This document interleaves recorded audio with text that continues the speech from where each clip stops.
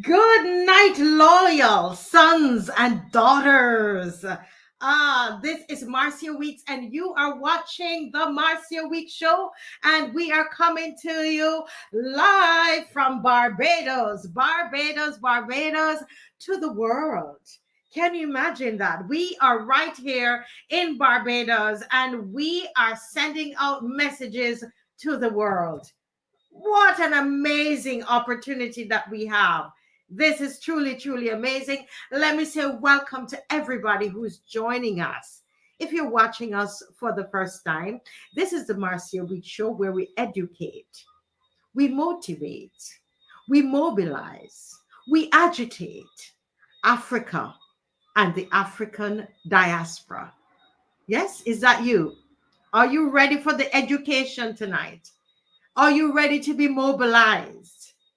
Are you ready to be motivated? Yes. Well, you are signed in to the right show, and we're going to ask you to like and to share and to subscribe, because we do this as a team. We are working together. Together, we are educating our people. I see people everywhere and they say, Marcia, thank you. Say hello to Caswell. Thank Caswell. Yes, they say, Rose, can you tell Rose, thank you? Can you tell Glenn Murray, thank you? Can you tell Kemar Stewart, thank you? Huh? Can you tell Dr. Ferdinand, thank you? In fact, people are asking, where is Dr. Ferdinand? We missed that fire.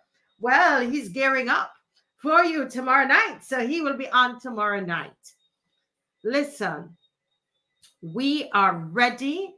We are ready. We are ready. We are ready. Are you ready? Are you ready? And let me tell you, we are not losing focus, We are not on here to, we have a saying, there's a saying they say in Jamaica, is work me a work and a chicken me a jerk. You understand? We're working.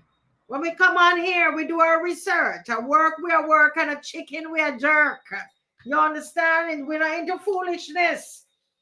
Huh? So you don't call our educational show no gossip show. Gossip show where we educate on here. We mobilize, don't we? Yes. That's what happens right here on the Marcia Week Show. We also agitate. And that is what happened yesterday. Well, we're going to jump into yesterday soon. But let me just go ahead and welcome my people that are on. Monica Inns. Oh, good night, Monica. I'm going to take tonight to welcome everybody, call everybody name. And just to say it was a pleasure to see you on. Monica, were you there yesterday? Listen, it was a pleasure to see everybody. Yes, the occasion was not as joyous. A lot of us were crying. I shed some tears yesterday. I did. I really did. But it was still good to see people. The circumstances were not necessarily the best, but we were wiping our tears and hugging on each other. And so that was at our solemn march yesterday, CG, and I must big up CG. CG, I hope you didn't just log on and you're watching. I hope you're actually watching, CG. I really hope that you are watching because CG did such an amazing job. And people come and they say, Marcia, what you going to do at your solemn walk? It wasn't my solemn walk. If CG did not do those placards, would we be able to have them?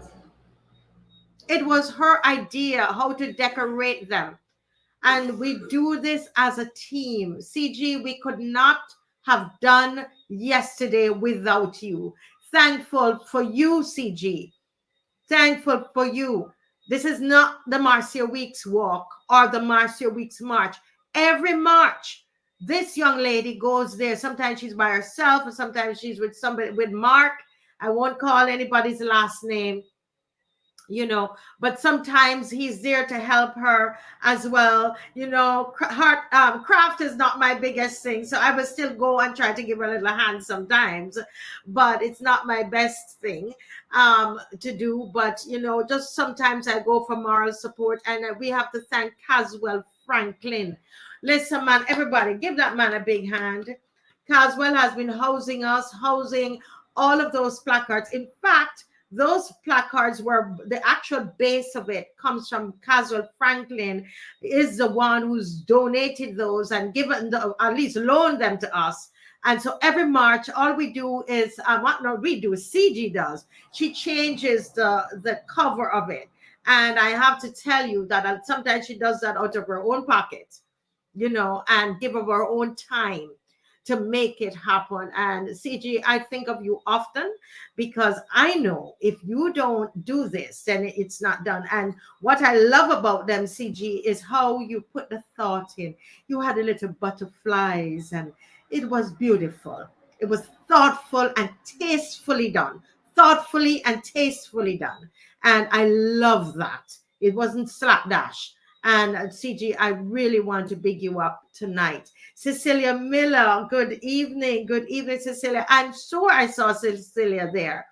I'm hoping that it's you that I saw. Bajan Boy, thank you. FX Trading, I saw you. I saw you there. Thanks for coming. We appreciate it.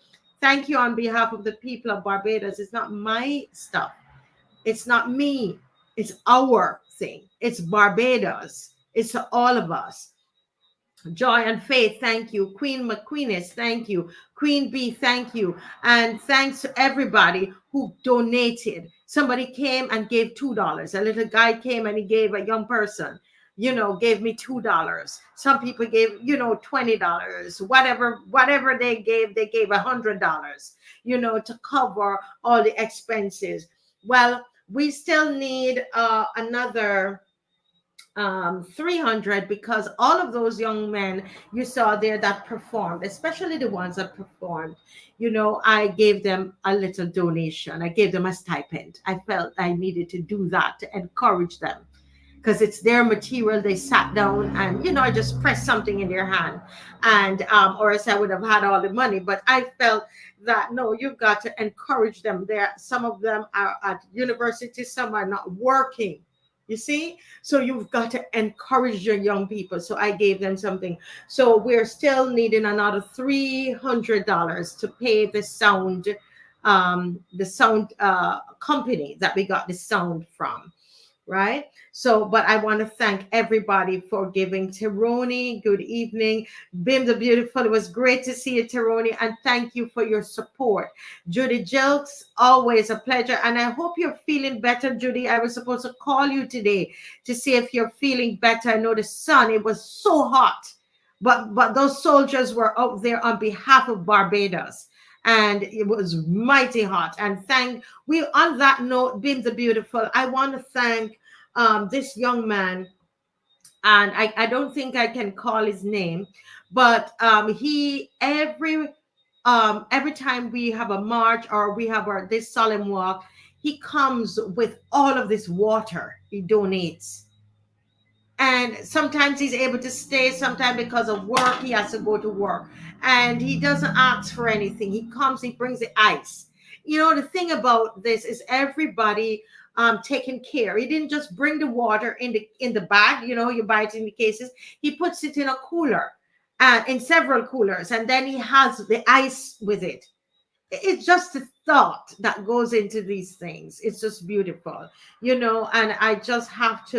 I have to commend everybody because it's not the Marcia Weeks walk or the Marcia Weeks show, Patrick, without these people, without everybody helping. Anika, who gives the encouragement, Anika Hope is always advertising for us, always. And she sits in the front, of the truck, and her leg is not well, but Anika comes and she takes up the residence in the front.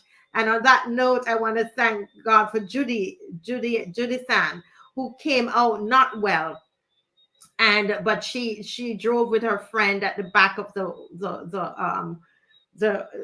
walk, and just to give her support. You know, I'm telling you, Hugh B. Shepherd and also John, these gentlemen come and they help with the recording. That you're going to see the recording on probably Tuesday. John should have it all up and ready for us. Hugh, thank you for what you do.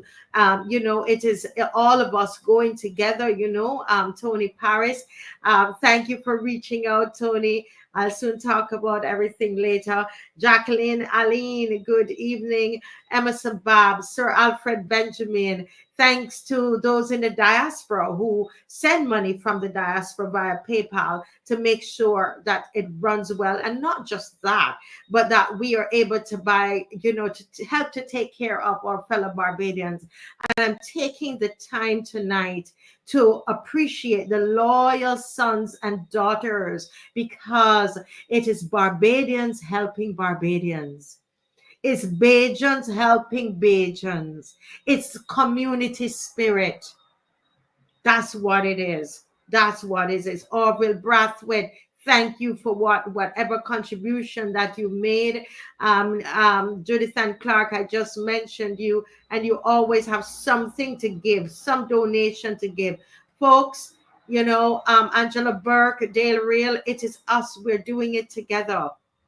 And without us, Bonnie, and Jay and Rosemary, it's not possible. We do this together. You understand? It's like we standing shoulder to shoulder and we put a hand on each other's shoulder and we say, come on, we can do this.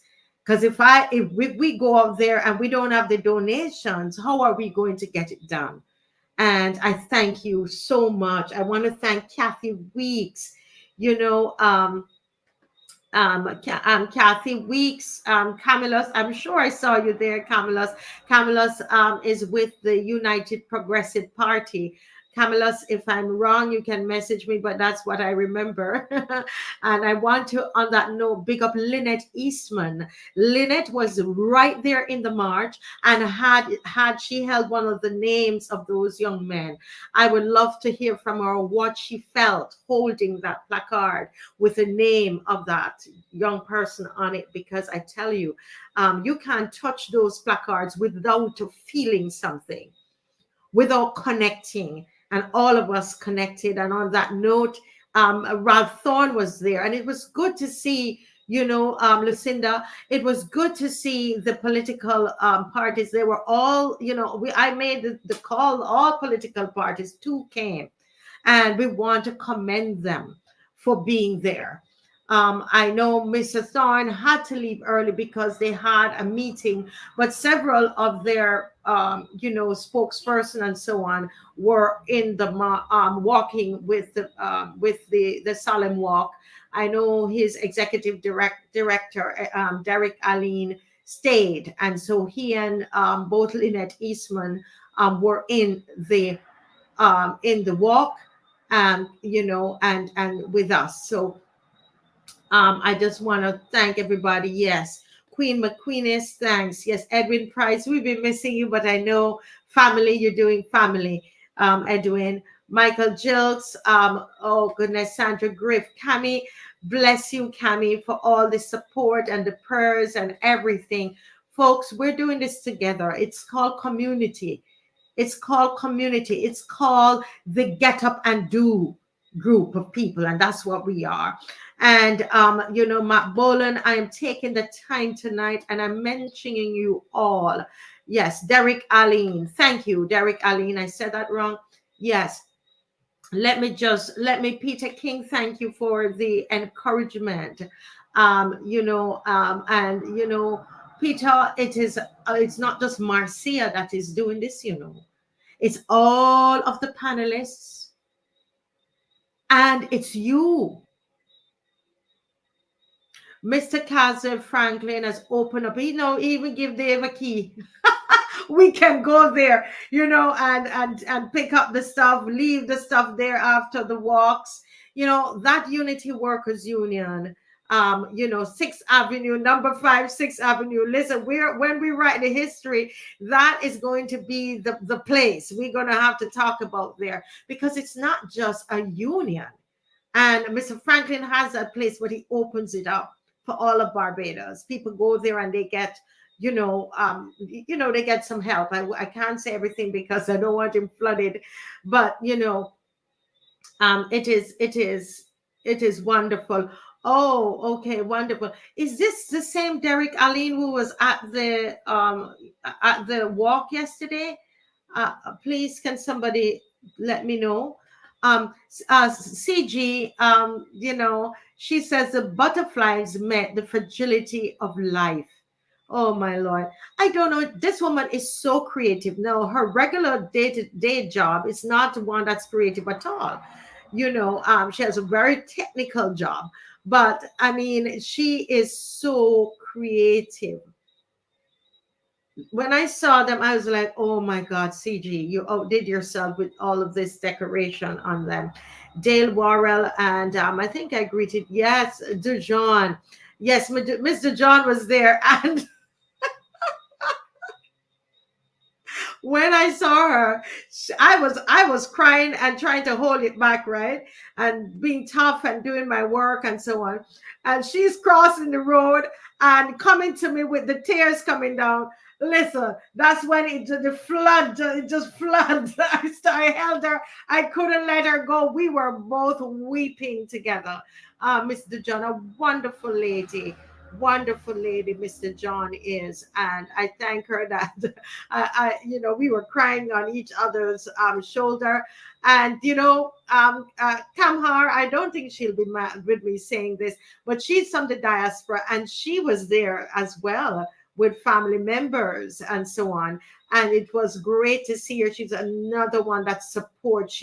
I told her today, I said, Kamhar, your love for Barbados is infectious, right?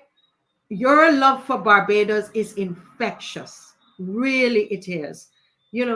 She's in the diaspora, and this is why I believe that the diaspora we have to tap into that, and we have to respect and honor what they do. We need the diaspora. We need them. We don't just need the barrels. We don't just need them to send the money and we go to Western Union for the money. No, we need them. We need their expertise. We need what they know. We need what they have experienced overseas.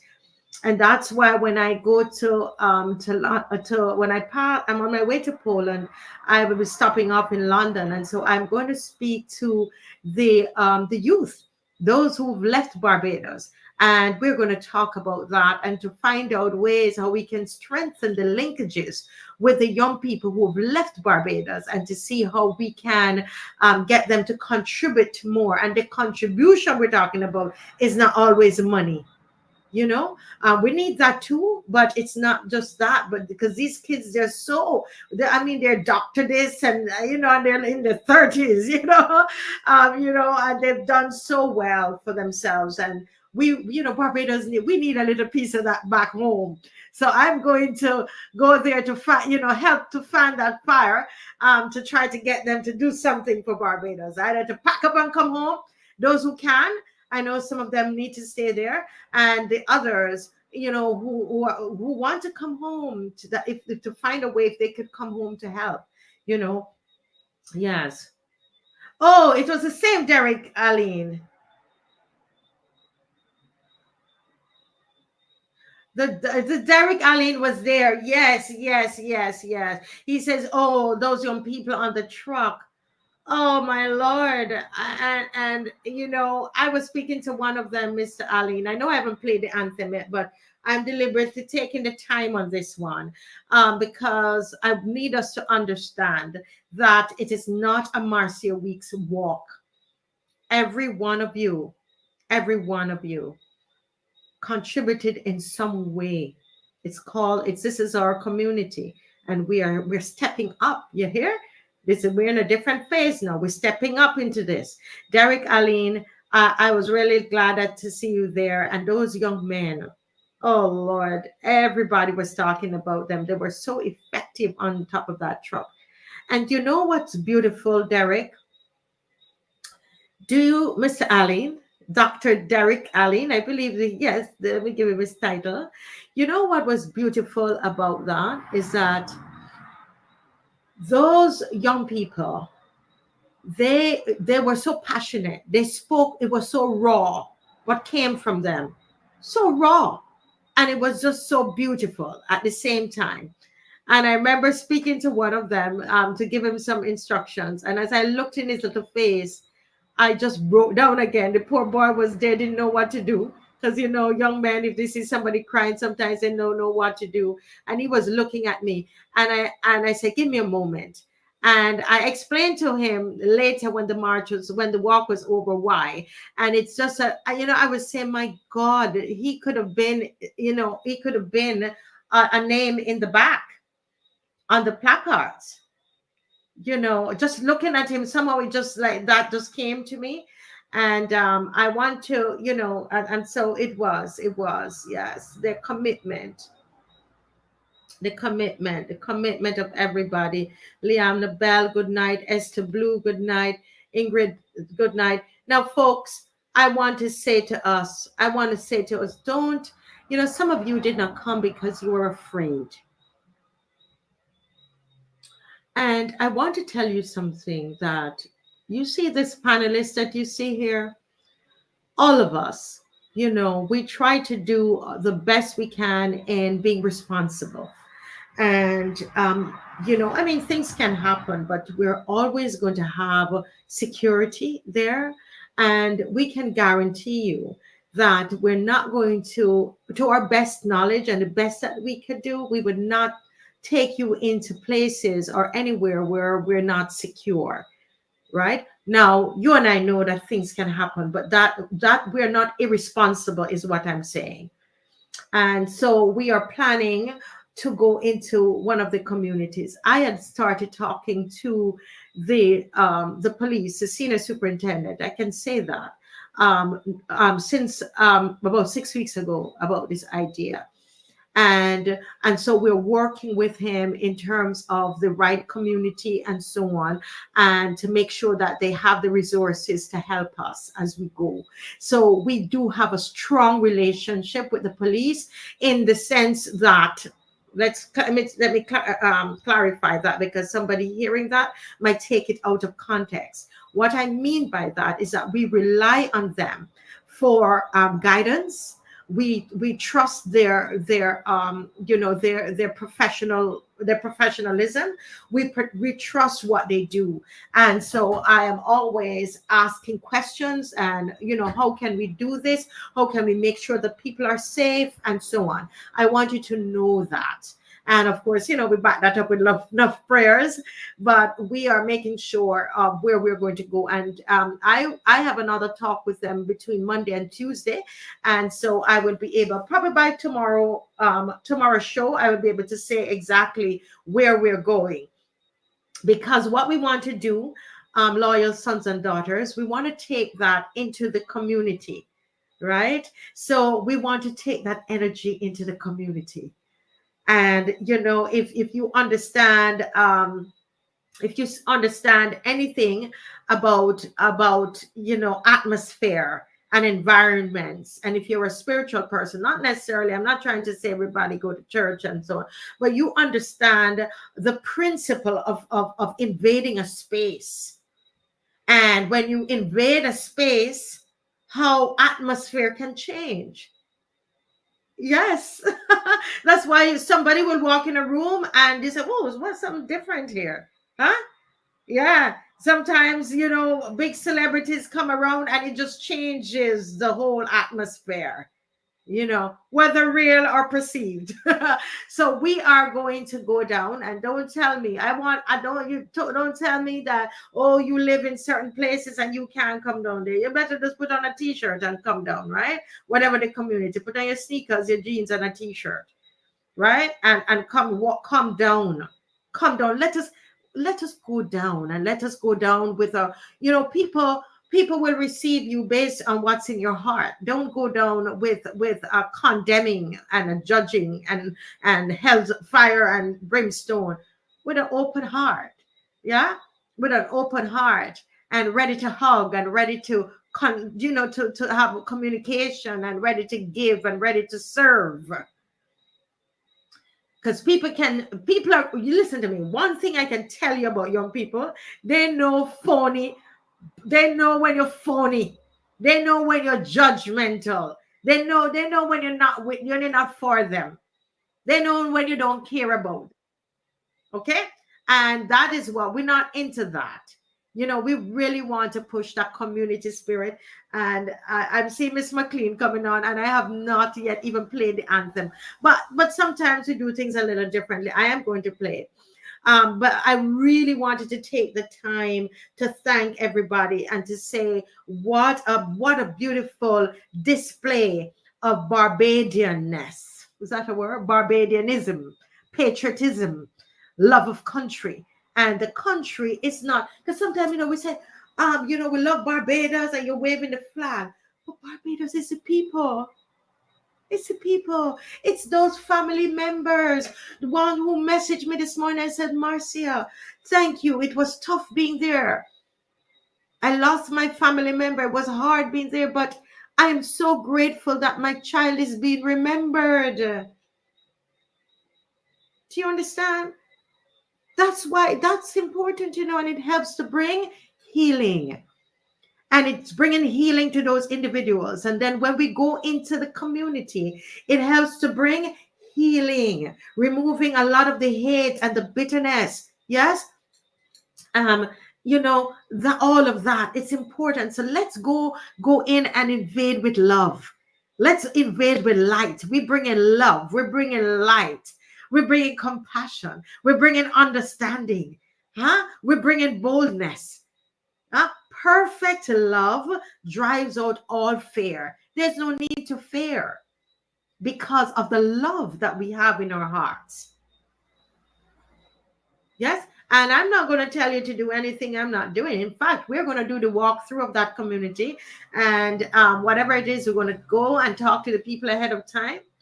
And I have reached out to some people already. I know Ms. DeJohn is going to help.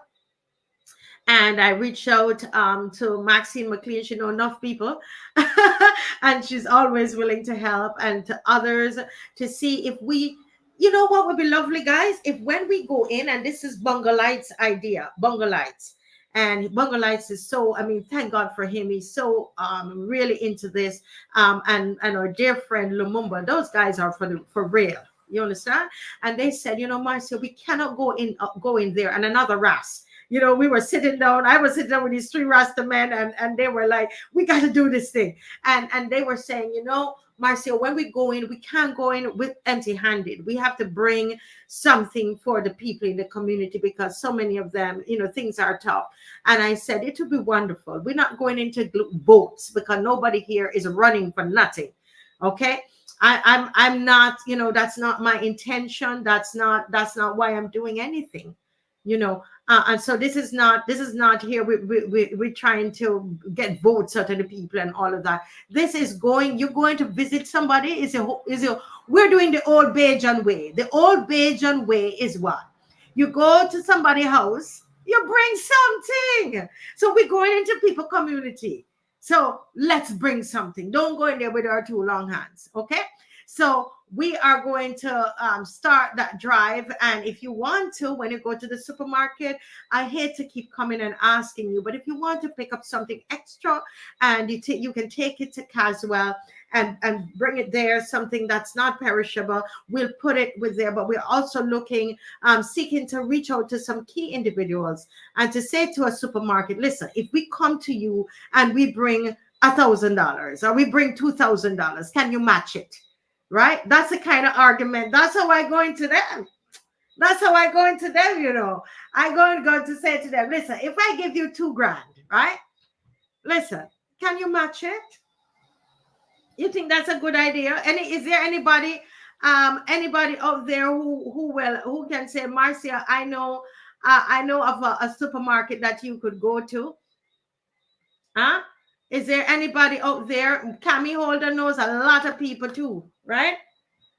I know Cammy Holder knows a lot of people. All right. And let's do it. And we're going again with the young people. We are going to get the Praise Academy is going to be there. I heard our administrator, she's agreed, because I can't do it. I'm not going to take them all out there by myself, you hear? So, once the parents are happy, the Praise Academy is going to be out there, and we are going to let the children give the people. We will not, this is not them time where people buy and vote from nobody. We're not interested in that. And if I have my way and I get some breadfruit, we go open up. We probably do the we gonna do some breadfruit. It's community, we do some breadfruit and sing and just eat underneath a tree. Some mellow cream. That would give you a heart attack, right? Mellow cream and a little salt, man. Listen, community spirit. And so I want to thank Dave Weeks. I'm going through the list of thanking, deals with the technical and involving the planning. Mr. Weeks, did anybody know who Dave Weeks is?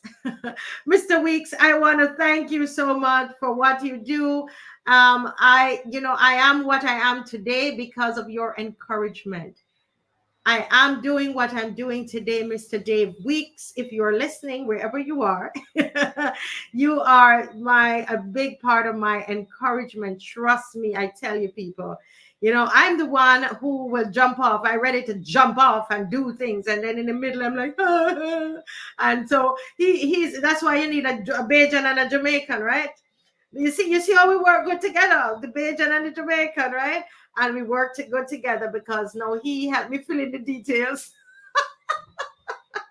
So thank you so much. Thank you so much, everybody. The police, I hope I didn't miss out anyone. Kathy Weeks and everybody. Thank you all, guys. And thank you for listening to me thanking people, because it was only possible. And when they tell you that it's a Marcia Weeks walk and those kind of things, tell them, no, it's not. Because the truth, that it's all of us doing this together. They, you know what they're trying to do. They're trying to stick me out there, right? But let's do it together.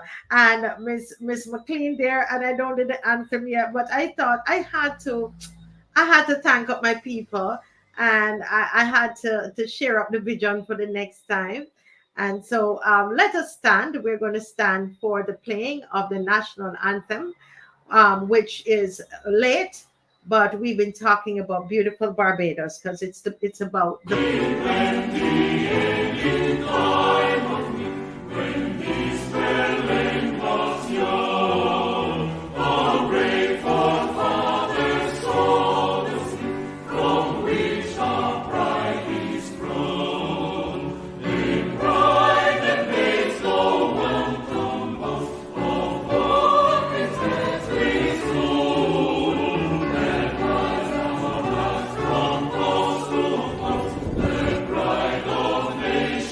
Oh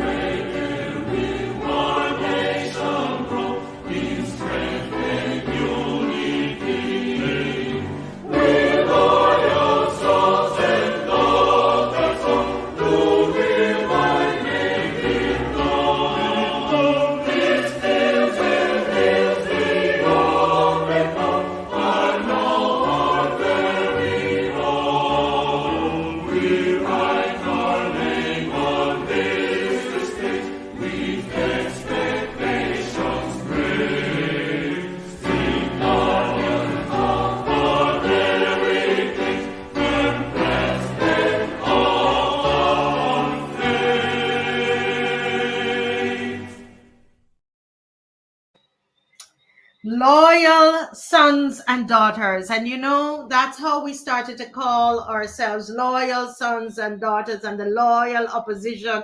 All of that came out of the anthem. And someone on here, I think it must have been Rememe or somebody, kept saying loyal sons and daughters, and it stuck. This is what I tell you. So don't let them say it's about Marcia Weeks. It's about this, the loyal sons and daughters.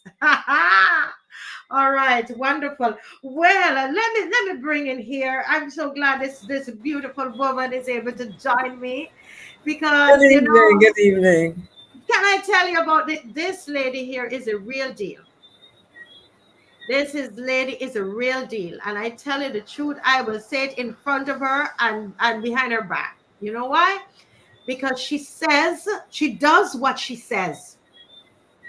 She is one politician, I can tell you. She does miss anybody. Nobody can tell me different. She does what she says. And you could all, when she just started and people say, oh, you are DLP people. Well, let me tell you something. As long as I have this show, she'll be on here, because this woman is not no politician here. In that sense, in how you're thinking of it. And I know she's sitting right here, but I want to tell you this. There was a young lady who was on the show, watching the show, and something she wrote or said that she didn't get to finish UE because she owed a lot of fees, and she couldn't. And that young lady, Miss McLean, doesn't know, it was in a chat that we formed. We formed a chat through the show. That's what it is. And she was saying she would like to finish UE, but she has back fees, she and things that she needs to pay up. And Miss McLean, one day, Miss McLean didn't tell me, the young lady called me one day, and she was crying. And she said, do you know that Miss McLean contacted me privately and made sure my fees were paid and I could go to university? Do you know how many others that she's done stuff like that for? Listen, don't all start calling her now. But I want to big her up. Because we don't do that enough. We don't honor each other enough. Not only that, how many times I reach out to this lady here because people call me, because, I like what they're saying. I ain't got nothing. And I would call Miss McLean. I said, Miss McLean, this person needs this. Can you help me? She knows how to network. She knows how to bring it together. And I tell you, she comes through. The latest thing was that bed for that young lady. Miss McLean, as soon as she saw it, she didn't even know at the time who it was. But she is going to work and call of this and this and that and that. And they are sleeping on a bed tonight. And she tell me, Marcia, are going down there with sheets. You remember how I tell you how when Barbadians, how you do things, there's such love. And she told me, the young lady said, oh, she's bringing sheets. Yes, that's it. It's a love.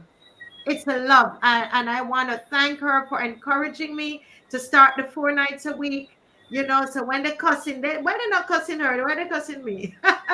But let me just thank you, Miss McLean. You're here. And we are not going to wait until the person is gone to give them the flowers. You hear? Well, thank you. Thank you. All I would say is I live by a mantra, and there's power in pooling. Sorry, look at the screen. Valerie, I can borrow the money from you and lay you back. Actually, you see, March, something happened yesterday. I ran into a former student of mine, and I was kidding with her, and I said, because everywhere I go, I meet former students. And It is funny because I call them my children. Yes. So sometimes you see them with silver hair, and I said, it's a miracle, but that's my son or that's my daughter. And I said to her, and it just, as you were talking, it just gave me, I've been trying to encourage people to participate in the Alumni Association and so on. But I said to her, if once a year, every student, or at least the first 1,000 students I taught at KFL, give me $100 once a year, I would be happy, but I would say no, I could put it to a good cause. And I'm very serious because, Mm-hmm. you know, you mentioned the young lady, and you would never have heard that from me, but I guess she felt she would tell you that. But I have seen what a little bit of support can Mm-hmm. do. And I use the university because those are examples. A little bit of support can do to make a difference. I remember, and we're talking about community now, and I think this is how we build community spirit. I took my car. Well, I had to collect my car from a place, and I wouldn't say where it is because you might be able to identify. But this gentleman had to deal with me, in delivering my car, and he said to me, "You don't know me, but you know my son or my Mm-hmm. sons." And he went on to give me a story. Now, this was a case of a student on campus, Mm-hmm. and the long story short, because in fact, the one that I met was not the one I was asked to assist. Um, but by doing that, the one finished and he was able to assist another brother go through the system and all. Wow. And what I'm saying, and I've seen the other side, I've seen where support was given to somebody and they didn't do it for their siblings, but the siblings Mm-hmm. got the support. What I'm saying is that when we talk about community, I always tell people I can only sit in one chair at a time. Mm-hmm. I can only sleep on part of a bed, not a whole bed, and Mm-hmm. I don't roll around. So, and in all seriousness, I tell people you live in a house, you have a patio, for example. How many people have sat on the patio of their house consistently in a month, in a year? The point I'm making is that at the end of the day, we have quote unquote so much, Yes. but and there are other people who do not have, but who with a bit of what you have. Yes. And sometimes it's not money, sometimes it's just an opportunity to listen, to help that person work through something, get past an anxiety or whatever the case may be. But my Valerie, I have a dolly bed.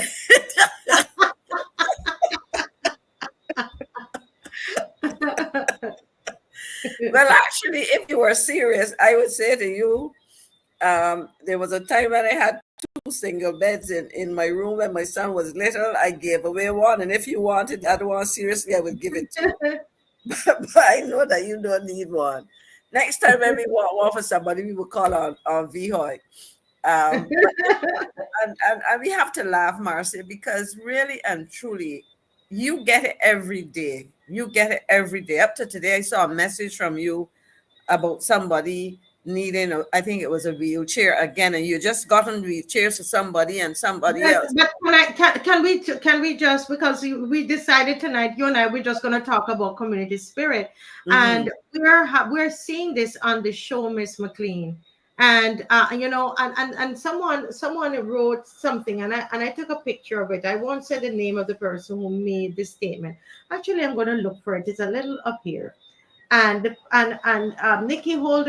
Nikki Nicole said Barbados is not a giving society, but there are lots of people like Maxine out there. I disagree. But that makes it a giving society if there are a lot of people out there like me. Yeah, So yes, it's a society, isn't it? my experience is that it's a giving society, actually, and I saw that living here. And even when people, they sometimes they call you names when you're not from here. We don't want to go into that negative part, but let me tell you something. I found since the first week or so I got here, I realized that Barbadians are very, very kind, very, very giving, very helpful. So I have not had that experience. And we can tell from this show here. Do listen, everybody, wherever you are, just start clapping. We were able to bring a wheelchair, a brand new wheelchair, to the lady in Britain's Hill who lost part of her foot. We were able to go to Britain's Hill this evening. I went along with my husband and another gentleman, and we delivered the wheelchair that was given by somebody on here. Come on, man. Let me see the chat lights up, man. Let me see the chat lights up. You know, see the wheelchair and it brand new. And I tell you, the lady started to worship God. She was shouting out. Dave was there. She was beside herself when she saw the wheelchair, when she heard. And we were able to get some. I told you, I got some of the money from the truck, and we bought some groceries from her, and somebody knew I was doing that and said, put back some of the money on the truck. So I didn't take all of it, and we bought some groceries for her. And when I got there, she said an old lady came and that feed the homeless brought her food. So she had a little thing in her fridge with a little soup in it because a lady down the road, and she said it was a lady who heard her crying out inside of her or on her bed, Miss McLean, in pain and not having anybody around her. A lady that lived, I guess, next door, a few houses down, came in and prayed with her, and then told her that another lady told her, call this number, call the Marcia Week show, and they can help you. She had never, bless her eyes, she never watched the Marcia Week show, Miss McLean. She was crying. Her story is that she was crying out in her bed, and in crying out in her bed, the woman heard her, came over to see what was wrong. And that woman has a friend who watches the show, got the number and give her and tell her, call this number and those people will help you. Who are the people that will help her? It's you. It's the people, right, Miss McLean? Because they're the ones who did. You know, isn't that amazing? No, it is. And just as you say, just that single person starting a process makes a big difference. I gotta do something now on this show, Marcia. I'm gonna call I'll put the information out there. I started teaching at KFL on the 15th of January 1982. Okay? And I left full-time teaching in, I would have been, the academic year would have ended, I think July, August, I think whichever it was, 1999. So you can imagine how many people I taught. I am going to call on those people who thought it was worthwhile to sit in my class, because when they see me, they tell me, oh, it was nice teaching. And I start with the Cabinet of Barbados, because I can see at least one student of mine sitting there now. And I say to them, if you think it was worth your while and you care about building community in Barbados, make a donation to, and it goes to, you usually indicate where, a donation of $100, because almost all of you working for good salaries, I'm very serious, you know, working for good salaries that you can afford to contribute $100 once a year to the work that is being done by Marcia Weeks and the people who support her on this show. I'm very serious, because, you know, at the end of the day, and this is how I reason this thing out with people, we are impacted by our communities for better or for worse.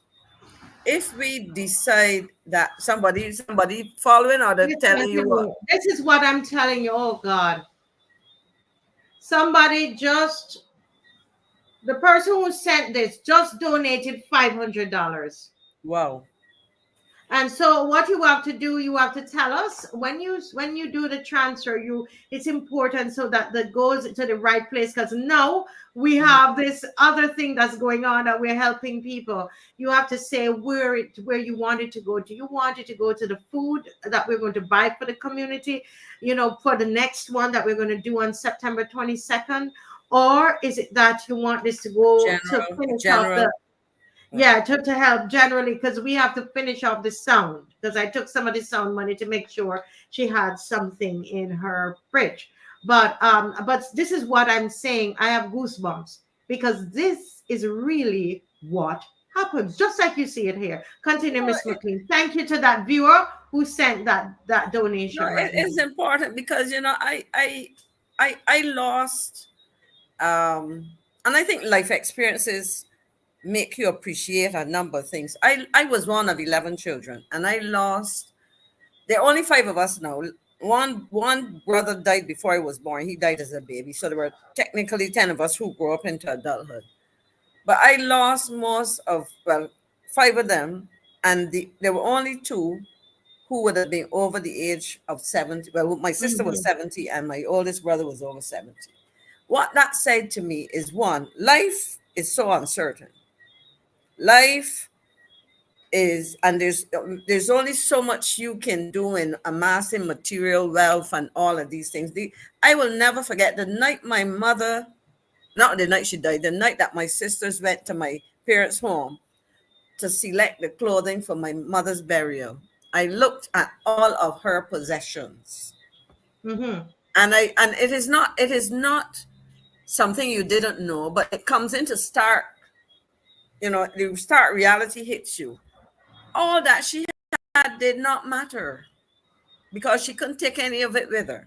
You know, Mm. it was material things work for so much. They benefit you so much and no more. And as I said to myself, I used to love to shop and buy clothes and whatever. And then I recognize you buy something and it sits in a cupboard. So you know how I enjoy shopping? I buy things that I will give away because I have some friends who I should say this because somebody may knock at my door. I have some friends who laugh and say, "You want something? You can go shopping at Maxine. You will find it." I mean, it's not so much that I have an abundance. I will give it away. Because at the end of the day, to me, I get satisfaction out of knowing that you make a difference to somebody because you buy something and because you can afford. I mean, I was exchanging with somebody today because I saw an advertisement about shopping early for Christmas, and I very facetiously said to the person, if they were to ask me, I would give them another answer. And I responded to the person. I looked to my left as I am looking now, and I can see my living room. And I said to the person, the curtains that are in my living room were some of the original curtains I had. And what I did was the back end of them started to shear, and I got a young lady who was into sewing. I paid Yes. her to change the backing because they were lovely curtains. And I Yes. said, why am I going to go and spend money? I can, in fact, take part of what I would do to buy curtains for a couple windows in there and make sure that somebody has, for the same Christmas, food to eat. I think for me, I think Barbados has become, or some Barbadians have become very self centered, Yes. not concerned about what is happening. But I say to people, if the community in which you live is not a good place for other people to live, your community will soon become not a good place to live. And we Mm. are seeing it every day. We're seeing it with drive-by shootings, young people. I mean, when a 16-year-old takes a gun and shoots somebody, I ask myself, what happened to that child? Because a child is still a minor. Mhm. What Yeah. happened to that child to make him so callous as to go somewhere, go home and get a gun or whatever? In other words, why would you want to possess a gun at 16? And I Mhm. think I think that what we need to do is I call it hit the reset button.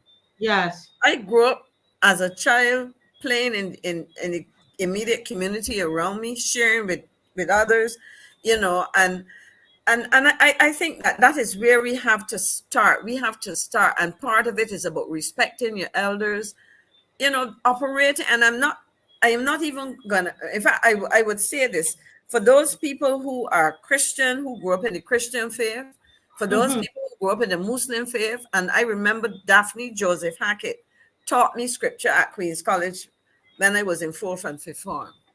And there's one thing that she said that stuck with me. She said, this is my paraphrase, when you basically summarize it and Yes. distill it, all of them have the certain fundamentals at the heart of the religion in terms of beliefs, in terms of what constitutes their faith.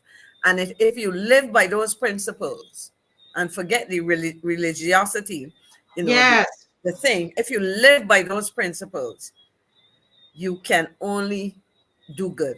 As I tell people, I talk about the lifespan of my siblings, how much younger they were than my parents when some of them died. One brother died Mm-hmm. at 52, one died at the one that everybody knows died a year before he was supposed to retire. That is Wendell. Mm-hmm. And I asked myself, but when he left us, there are a couple things that I recognize. I one of these days I will share my eulogy that I did with him with you. But one of the things I remember asking his daughters what they wanted me to say about him.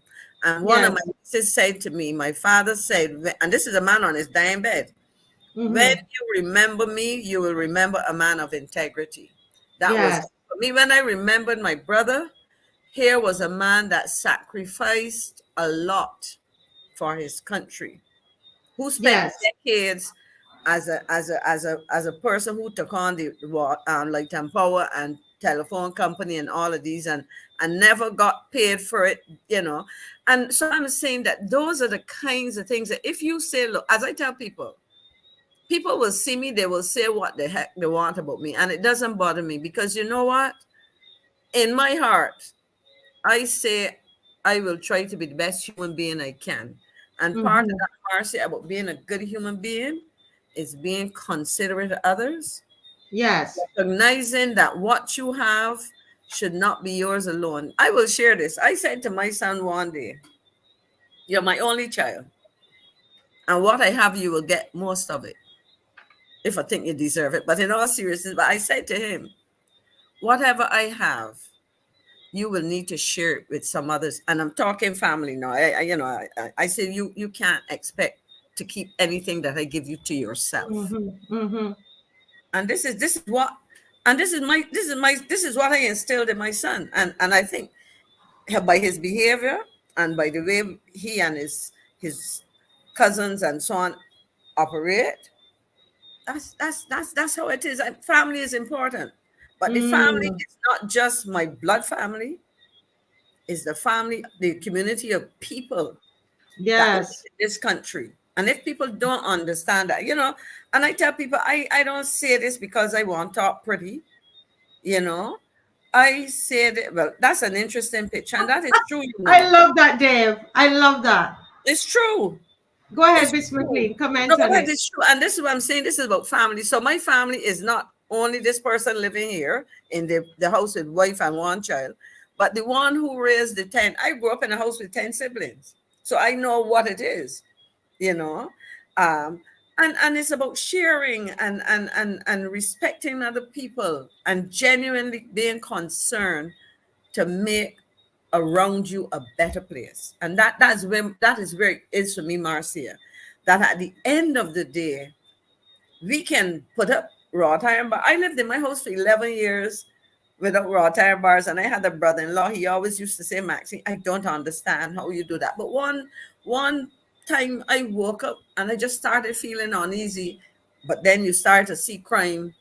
But now everybody's barricading themselves, and you need to Yeah. protect yourself.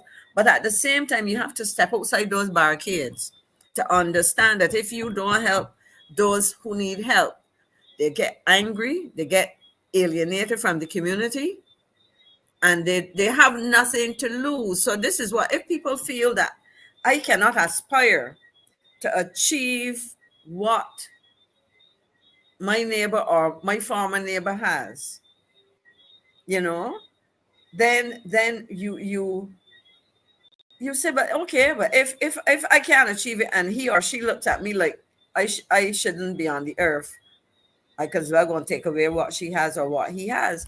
And I think that it is about giving a little of what we have, because it makes a difference. It Mm-hmm. makes a difference. And you Yes. don't you don't you don't do it by trumpeting anything. You just go there quietly and do it. I will tell you this, I don't usually give to those, you get these telethons for all kinds of things. I go and find somebody who I know is part of the, who would probably benefit from that. For example, when you do what you do, you deal with specific issues as they come to you and so on. Yes. And, like, for example, when you talked about the communities you want to go into, and as we had a conversation, and I said to you, foodstuffs are those kind of things. Food stuff is important, but there's certain basic toiletries and kinds of things that Mhm. we just pick up and buy without thinking about it. But then when you Yeah, think that a tube of toothpaste can cost at a minimum $6 or $7, think about it. A toothbrush it's costing true. $2 or $3, but $10 out of $150 in your hand after as a that's $10 is a whole set. Yes, So yes. so That so was a good point. Yeah. so basically this is the kind of thing that I tell people. But so when you go to the supermarket and you buy something, I mean, and I'm not asking people to give people rubbish, because some people say, well, this ain't no good, and they have a drive, let me get rid of it. I think it's simple. Do unto others as you would have done unto you, and you would be surprised how, and go back to the communities that you came from, you know. Um, and on, I mean, because some of us grew up without a lot. I grew up without a lot of things. My father was a tailor. My mother used to make our clothes or whatever. But she would always tell you, you do without if you don't have it. But at the same time, you were not suffering in any significant way. But I mean, Yes. I went to school with well-to-do girls, children of doctors and lawyers and business owners and whatever. And there was another thing, Marcia, that I want young people to remember. And this was something I said to myself. I used to say, this too shall pass. So if somebody had a fancy party and I know I didn't have clothes to wear, the party was Saturday night, it's Sunday evening, it gone. Mm-hmm. So Mm-hmm. I didn't go. So what's the big deal? Yes, Later yes, on I would yes. get to do that. And this is something that we have to instill in our children. As your people say, you don't know what somebody whose wing somebody is flying.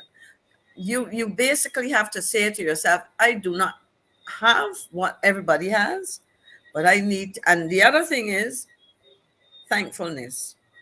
You get up Mm. on mornings and I look outside and I say, thank God I am able to enjoy another day. I am, as far as I know, I'm not ill. you know um I can find something to eat, I can whatever, and I don't look on to. And so I just think that there's so much we can do as a people with each other. I mean, that's our African tradition. So I Yes. that takes me to another place, Marcia.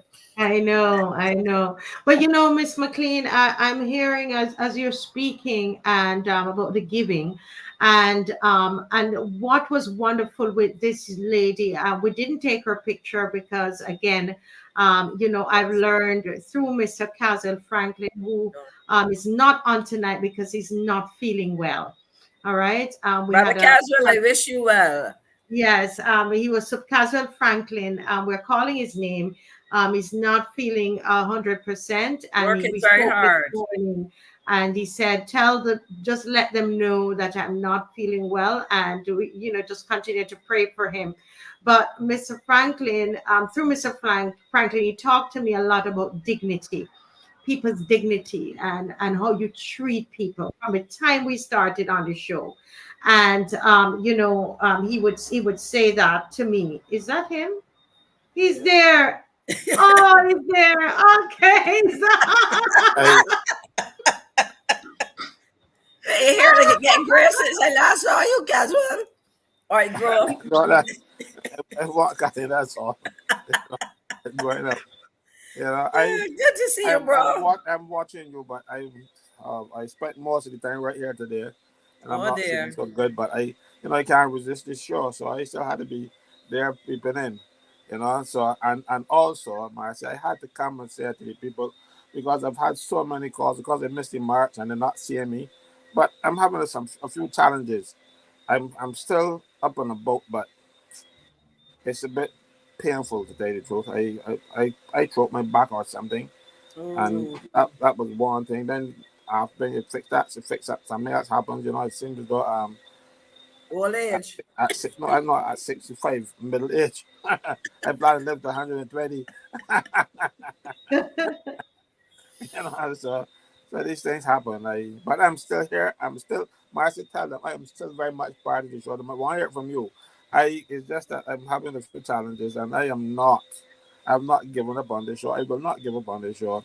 You know, Listen, he can't because we need information, and and we just need Mr. Franklin. I want to just publicly say, I've been saying it. That when we just came on and the people started to ask for the things, I was like, what we supposed to do? That's not what we supposed. We came on here, we came up there, and I said, Mr. Franklin, what are we to do? And you would coach me along, and you said, no, but I have vouchers. I said, you have vouchers to give people? He said, yes, I have them. And I went up there. You were taking the things from underneath the desk. And he had underwear for children. He had shoes. He had all these things. And it really touched my heart because I did not know, Miss McLean, what to do. Because I'm like, oh, what do I tell these people? Because I don't know. Do you encourage it? Do you shut it down? What to do? And one of the things I learned about you, and something happened where somebody put out somebody's business all on the social media, and the people's broken down home and so on, and you were very angry with that person, and you talked to me. You don't remember, probably. You spoke to me about dignity of people. And even today, when we took that wheelchair there, I told the lady, I don't want a picture of you. Because I took out my phone, and she said, yes, you could take my picture. I said, no, it's not of you. I'm taking the picture of the wheelchair, just because accountability, to come back and say to the people the wheelchair was delivered. And you taught me that, and also the care. Do you remember when this young lady that fell in the well, and we had collected some money, not for the therapy, but was another specific thing. But then she had some trouble in some other areas. And me, Miss McLean, the accountant in me, I told her, no, you cannot use that money for that reason. You remember, you remember, Mr. Franklin? yeah, I remember. I told her, we don't have any money for that other issue that you have, because we told the people we're collecting for this, and this is what the money. And that was going on for a while. And my girl, she went and appealed to higher powers and went to Mr. Franklin. And Mr. Franklin told me to take up the money and give the girl. Take up the money and give the girl. I said, okay, sir. In fact, he didn't even call me because he had the money up there. He gave it to her. He did. He just let me know that he gave it to her. But you don't know, those small things affected me in the early stages when we started out. And so now I don't, I would send them to you, or sometimes I don't even send them to you. If we have, we give to them, because I know your basket is never ending. And so I want to say thank you, sir, for the principles that you have shared with me personally on the show, and the people that you have helped on the show. And not just this show, but when they come down to your office and they come for this back to school and so on, how you treat them. I want to publicly say thank you for that. Marcia, I tell you something. I never knew where I got it from until my mother died. And then so many people came to me and said, but your mother used to help me. And your mother, I said, yeah, but she had to give anybody. My mother was poor. But as poor as she was always giving. And I only found out about a lot of those people when they saw me after she died, and were telling me about how even down to the cuckoo that she was to give them, And I said, but I didn't know all of this because she never told me, She just did it. But Marcia, parents would take, like, somebody would come to his house and she would probably say, Caswell, this is yours, by taking off half of your meal to share with somebody else. That's how they used to deal with Yes. It was just getting less to eat, right, Caswell? Yeah, but I just thought it was me. I didn't know that it was in my genes, because my mother kept it a secret. She never told us who she was helping. And people, I only found out when she died that she helped all kind of people. And I met a woman in the market, and she said, "You Miss Austin's son?" I said, "Yes." She started giving me all kind of vegetables and potatoes and stuff. And she said, "Your mother helped me so much." It's embarrassing because she's going to feed me all the time. Yes. For her. Yes. Well, Mr. Franklin, we listen. We don't want to abuse you. So you need to get your rest. And we want to thank you for coming on. I know you're watching. Please say a big hello to your wife and to Snow and Yes, to I the was other dog. right. All right. Well, I know, but I just let you know that I'm here. Yes, sir. I so, because when I hear say Isabella, let me let you know that I'm here. I'm watching, but Yes. thing. I wanted to talk tonight about the employment rights tribunal decision with Alexa Hoffman, but I'll do that another time. Do it another time, please. I want to because I don't want your wife, coming for me when they need to be resting. So go ahead and rest, sir. We love you so much. We love All you, right, Mr. thank you. Franklin. Good night. God Thank bless. you, Caswell. We'll see. Good. Yes. Bye bye. So Miss McLean, we're not going to see you for a little bit. That's so, Yes, or we yes. might. Let's leave that. I won't say anything because I can't be telling people people's business. Well, I can tell them I am traveling out, and who knows, I might end up seeing Sharura. And also Pigeon. Oh, that's right. He most likely him. Yes, I need to get the Yes, contact also information. Pigeon. That's And right. we might see her in a protest somewhere in a country. No, boy, they might not let me come out. So I'm well, going on holiday. on holiday. Well, Miss I promised McLean, myself from the time I was if I went to the university to study African history. yes. I went to study African history. And I told my son when I retired that I will try to take a holiday as often as I can in some country in Africa. So I've been to Kenya before, and I was able to book a flight early. I had some miles and whatever, and I am heading in that direction. Okay. Well, So it was Miss nice being McLean, on. I see the young people are here wondering when these old folks will get off and let them so do that their they thing. can do their thing. Well, tonight, Definitely not. Definitely not. I'm seeing Shaquani is there, and I am going to give way to Shaquani to moderate the Right. next hour and a half of this show. I'm gonna move out the way, and I so so we'll will be I just and listening. listen. I will Yes, listen. and Is we're that just going Mr. to be Leacock listening. that I'm seeing as well? Yes, and there is Don Leacock, and As well. Janine is on as well, the lovely Janine, who Right. spoke in Parliament. If you remember, my girl was up in Parliament. So I'm so proud of them. And so and Timon, he'll come on as well. He's at Okay. the show that I went to tonight, was very, very good. So I'm going to come I'm off gonna and listen. just let I'm gonna them do listen. their thing. Good Okay, luck. Miss McQueen, thank Thanks a you. lot. Thank you Yes. very much. Yes. God bless. God bless. Well, Oh gosh, that was so quick. Good night, everybody. I am so excited to be here tonight to be the host for this segment. I got a lot of responses and feedback from the first time, and I am excited to be here again. While we were waiting for the others to come on, I told Marcia, I sent her a message just now. I told her I have a very short statement that I need to say, but I felt that it was very important. Like it was on my mind last night, and then again on my mind today. And without saying it, I feel that everyone here and everybody who would watch this video later needs to hear this. So I'm just gonna read it right now while we wait on the others to join. Okay, wait, let me just pull wrong so I can make some. Right. So what I wanted to say is, what makes a person a Barbadian?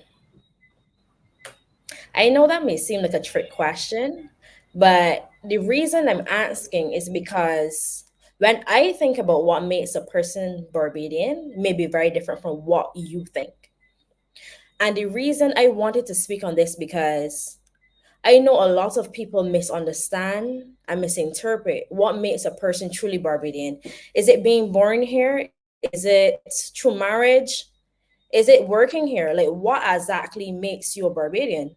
And I'm asking that because At the beginning of this show, every single night, we start with one thing. We start with the national anthem.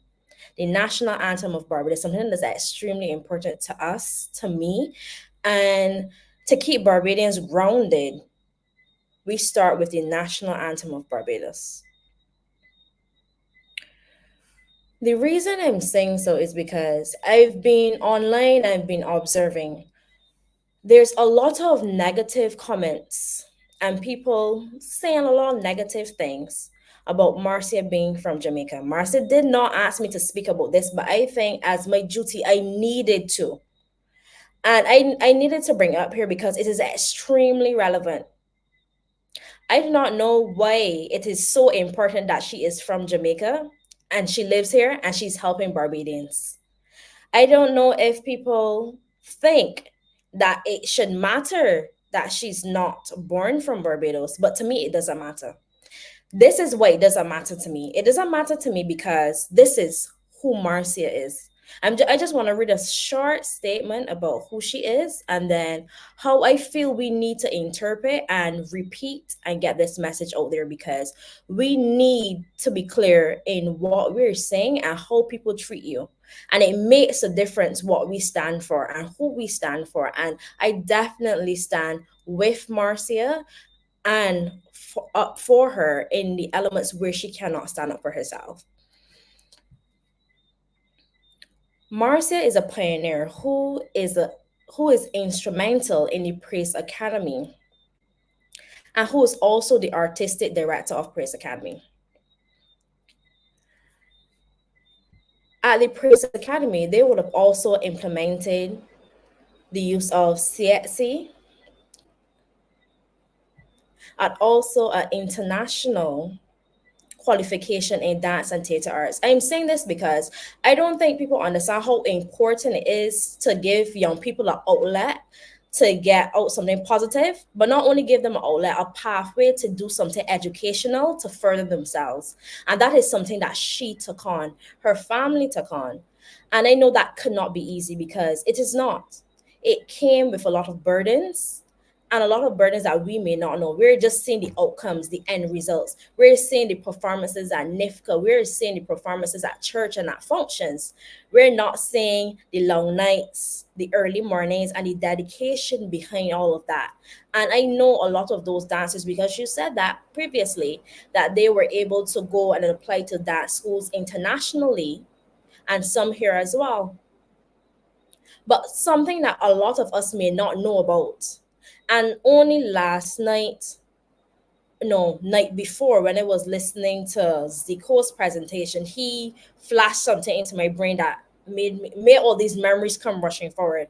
All of the film productions that Marcia has been a part of and created, being the producer behind some of these very instrumental films in Barbados.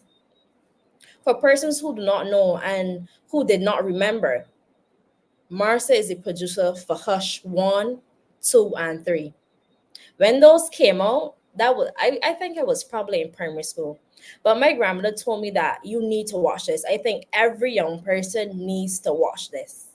And I watched it then. And I think we need to rewatch it now because a lot of the things that the show at that time, the movie at that time really portrayed and told us about is currently happening now again. And it's only when Zico spoke about it, it clicked in my mind like this was so empowering back then. We need to make it relevant again.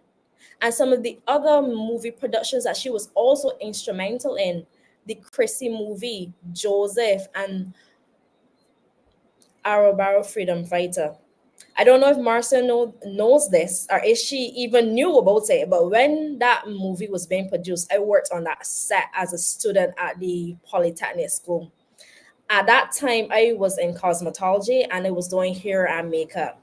Zico talked about how Marcia and her team impacted people's lives. But I don't even think Marcia knew who I was then because I was just a small person on the set doing a small role.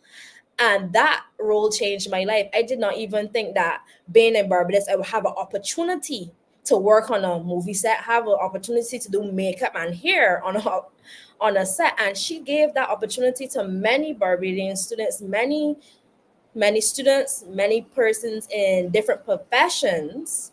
But honestly, as a person now coming out from secondary school and then given an opportunity like that, it was mind blowing. It was an experience that I can't explain, but I definitely never forgot. And you know what is even better than that?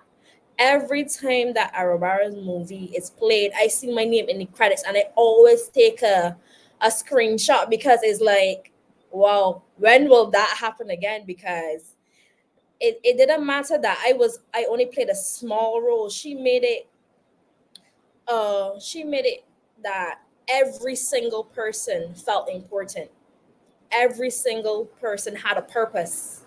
And I know that she's here smiling, thinking like, I didn't even know. Because I remember her saying something to Zico the other night, saying that she didn't even know that this how she impacted him. But thinking back to it, that is how she impacted me also. I also was given an opportunity to work on her set. So sometimes we need to be mindful of what is happening and what is going on, and remind people of the value that a person brings to a country, to a place, and to an organization. And most importantly, a lot of us know Marcia from the Marcia Week show. Marcia Week's the talk show host. And without understanding all of the other roles that she plays, because this is not her first role that she plays. This is just one of the many roles that she played. And I think that we definitely need to remind the public that she was instrumental in these movies. She impacted the lives of Barbadians youth, the lives of adults, and me looking back at 11-year-old me and again 18-year-old me, she would have impacted me at different levels without me realizing it. I had no idea that now I would be a host or co-host on the Marcia Week show. But then if I can look back and tell myself, keep on track, this is the path. Later in life, you will encounter Marcia at this level. I don't know what I will tell my younger self, but what I want to tell every single Barbadian, every single person, every person in diaspora that is watching this show currently, sometimes we need to know when to stand up, when to speak up, and when a person that knows when a person knows how valuable their input is to society, we need to remind them, because sometimes I think they forget the impact that they have on a country, on a person. And if everybody in here is not sure what I'm talking about, like Marcia impacted so many lives. Praise Academy impacted so many lives, and every single movie that she created along with her team, along with her husband, they impacted people. And I'm not talking about short-term outcomes. I'm talking about long-term impacts where people change their lives. And I just want to say thank you very much. And we're going to be going into the cybercrime bill. I have Janine and Dawn here with me, and I think we're ready to start. Hi, Dawn. Hey, Shaquani, how are you doing? I am good. I am good. I'm looking forward to your presentation. Mm-hmm. Yes, happy to be here. Good There's night, somebody everyone. else. Yes, No, please. Good you, night, everyone. Can you guys hear me? yes, we can hear you, Janine. Yes. I'm sorry that my camera is not on currently. I'm having some challenges with my laptop, so I did have to log on to my phone. But good night to loyal opposition. I hope that everyone is well. Good night, Dawn. Good night, Shaquani. That is okay. That is okay. We can hear your voice, and that is good enough that your presence is here with Mm-hmm. us. Dawn, I Mm-hmm. want to start with you first. Tell us Mm-hmm. about how you feel about the revived cybercrime bill. Well, as a person that uses social media a lot, I use it as part of my profession. I make a lot of money from social media. I started out in social media being outspoken against the government. That's the reason I have all the followers I have today, running in the last election. And with either the old cybercrime bill or the new draft of the cybercrime bill, it would have made what I did 2 years ago impossible to do. Because essentially it's impossible to criticize people now. You can't criticize any government official. You can't criticize even some private citizens. So, for people holding the government accountable, this government has well, not all 30 seats anymore. They have 29 seats, which means that us, the public, needs to have a special role holding them accountable. And they're making it virtually impossible for us to do that now. So for myself and all the other internet activists that try to hold the government accountable, even this very show would easily be banned as soon as the cybercrime bill is passed. So it's very concerning that we can't come on here and do the work that we would like to do, and that any single Bajan citizen, all of our free speech is going out the window. Unfortunately, this is a trend that you're kind of seeing all around the world. Recently, the government of Brazil banned Twitter because Elon Musk, the CEO of Twitter, refused to censor some criticisms about the government. So we're kind of seeing this all around the world. It's not, Barbados isn't alone in trying to censor its citizens, but it's certainly concerning that we are encouraging it and that we don't have independent thought from our leaders on this matter. Wow. When I thinking about being censored, I can't imagine. I see a lot of people talk about traveling to countries where they travel and they can't post, the posting is black. And it is really scary to think that Barbados can possibly become like that very soon, if not now in the near future. Janine, I want you to Janine kind of dropped out. So when she comes back on, I don't know if you ever experienced that when you traveled, being blacked out or being in a country where you weren't allowed to post, you're being monitored, and then you can possibly be arrested. Have you ever encountered something like that? I've been to China before. In China, they just block out all the social media, period. So it doesn't even give rise. They don't leave any chances. There's no chance to say anything bad, do anything bad, because there's just no social media, period. The social media they have, well, no Western social media. They have their own Instagram equivalent. They have their own Twitter equivalent. They have their own WhatsApp equivalent. But that is highly monitored by the government. And they have something called a social credit score. So it's essentially like a form of the digital ID that they were trying to introduce here in Barbados. And let's say you said something bad on the Chinese social media, you could find that you were fined $150 and it was taken straight out of your bank account. That's what happens in China. And a lot of people were concerned, including people here on the Marcia Week show, that is the direction that the Barbados government was trying to go with the digital ID.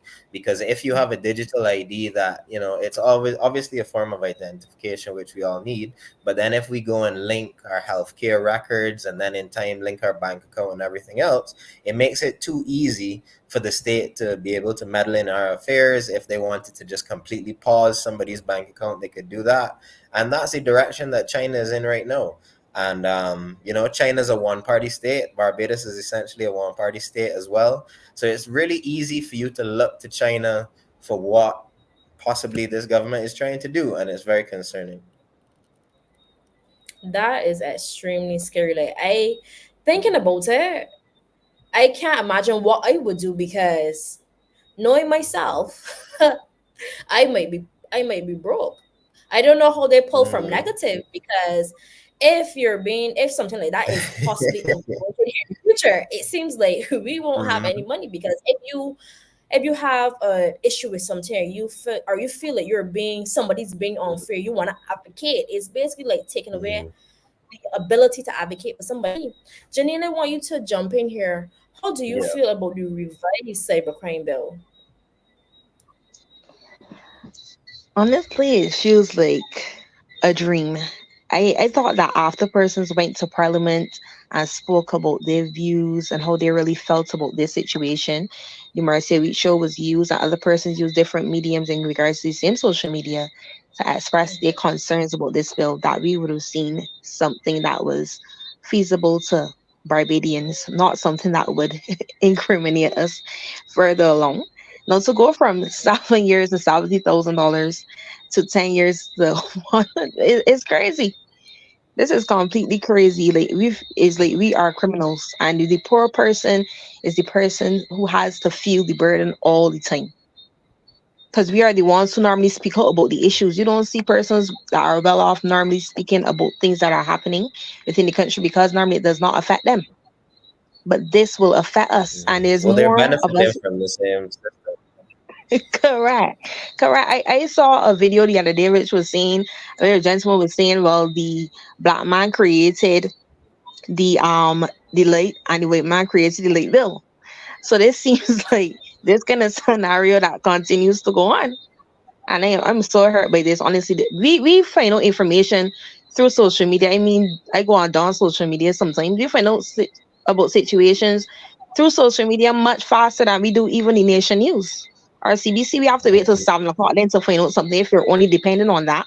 And then they will tell us what they want us to hear, not what we should hear. We get the real news. I know social media is good and bad. Don't get me wrong, but at the same time, it's the way how we know about things. Look at the movement that they had for George Floyd. And so many people around the world were able to react to that just based on that video alone. Now, if that video was not there, we all know what would happen. So we cannot allow this bill to pass. And then in the Senate, to pass it in the Senate, this is something else. I can definitely Just hear the pain that you were saying. Like, it is so surreal. Don, you I wanted to just say want to something? underscore that. Oops, sorry. No, I just wanted to say, as they've raised the limit to 100,000, you really have to contrast that with what the defamation fine is. So if you insult somebody in real life, for example, that would be defamation. Don't I'm not a lawyer. I haven't read the law, but I believe that the fine is only $2,000. So when you compare insulting someone in real life, $2,000 fine, to insulting someone online, $100,000 fine, like where are they getting these numbers from? Like even the 70,000 was too high. If the fine for insulting someone, it really is just put there to frighten you. Nobody's gonna do the 10 years in jail, but then very few people have $100,000 handy. So it really leaves you in a tough spot because that means you're just gonna shut up. You're not even gonna do anything remotely close that might push you outside the bounds of the law because you can't afford 10 years in jail and you certainly can't afford $100,000. I am Correct. seeing some people talking about the bill also punish offenders outside of Punishes Barbados. offenders out. Offenders outside of Barbados. And my thing is that is one thing to say it can, but how do you implement a person overseas paying this money? We can't even get students who study overseas to pay the student loans. How are we going to Yeah. enforce persons who are offenders to pay this money? I'm waiting to see how that element will be implemented. Janine, you wanted to say Yeah, something? it would definitely be tough to do that Yeah. because they had I don't know if you guys remember sites like Barbados Underground. They had Mm-hmm. like those kind of websites, and the lady that ran that, or that still, she used to be able to do that because she lived in New York all the time. And in Mm-hmm. America, obviously, they have freedom of speech, whereas in Barbados, we've never had freedom of speech, but our freedom of speech is even further hindered because of this cybercrimes bill. So if they're writing into the legislation now that they're going to punish people outside of Barbados, what does that really look like? Let's say, I don't know, let's say Shaquani moved to New York and then started posting about activism stuff that was banned under the law. Would they then try to seize Shaquani's parents' house? Would they try to seize, like, how are they really going to try to do that? Because it would be hard to get to someone outside the country. So they might try to find your relatives and then seize their property, seize their assets. So it's very concerning. Yeah. It is extremely concerning when you think about how it could impact you, how it could impact your family and potentially your future children. Because if they're looking to crack down on this now, think about when our generation really starts to have a family. How do we protect our children? How do we protect the future? Thinking that it is so stifling now.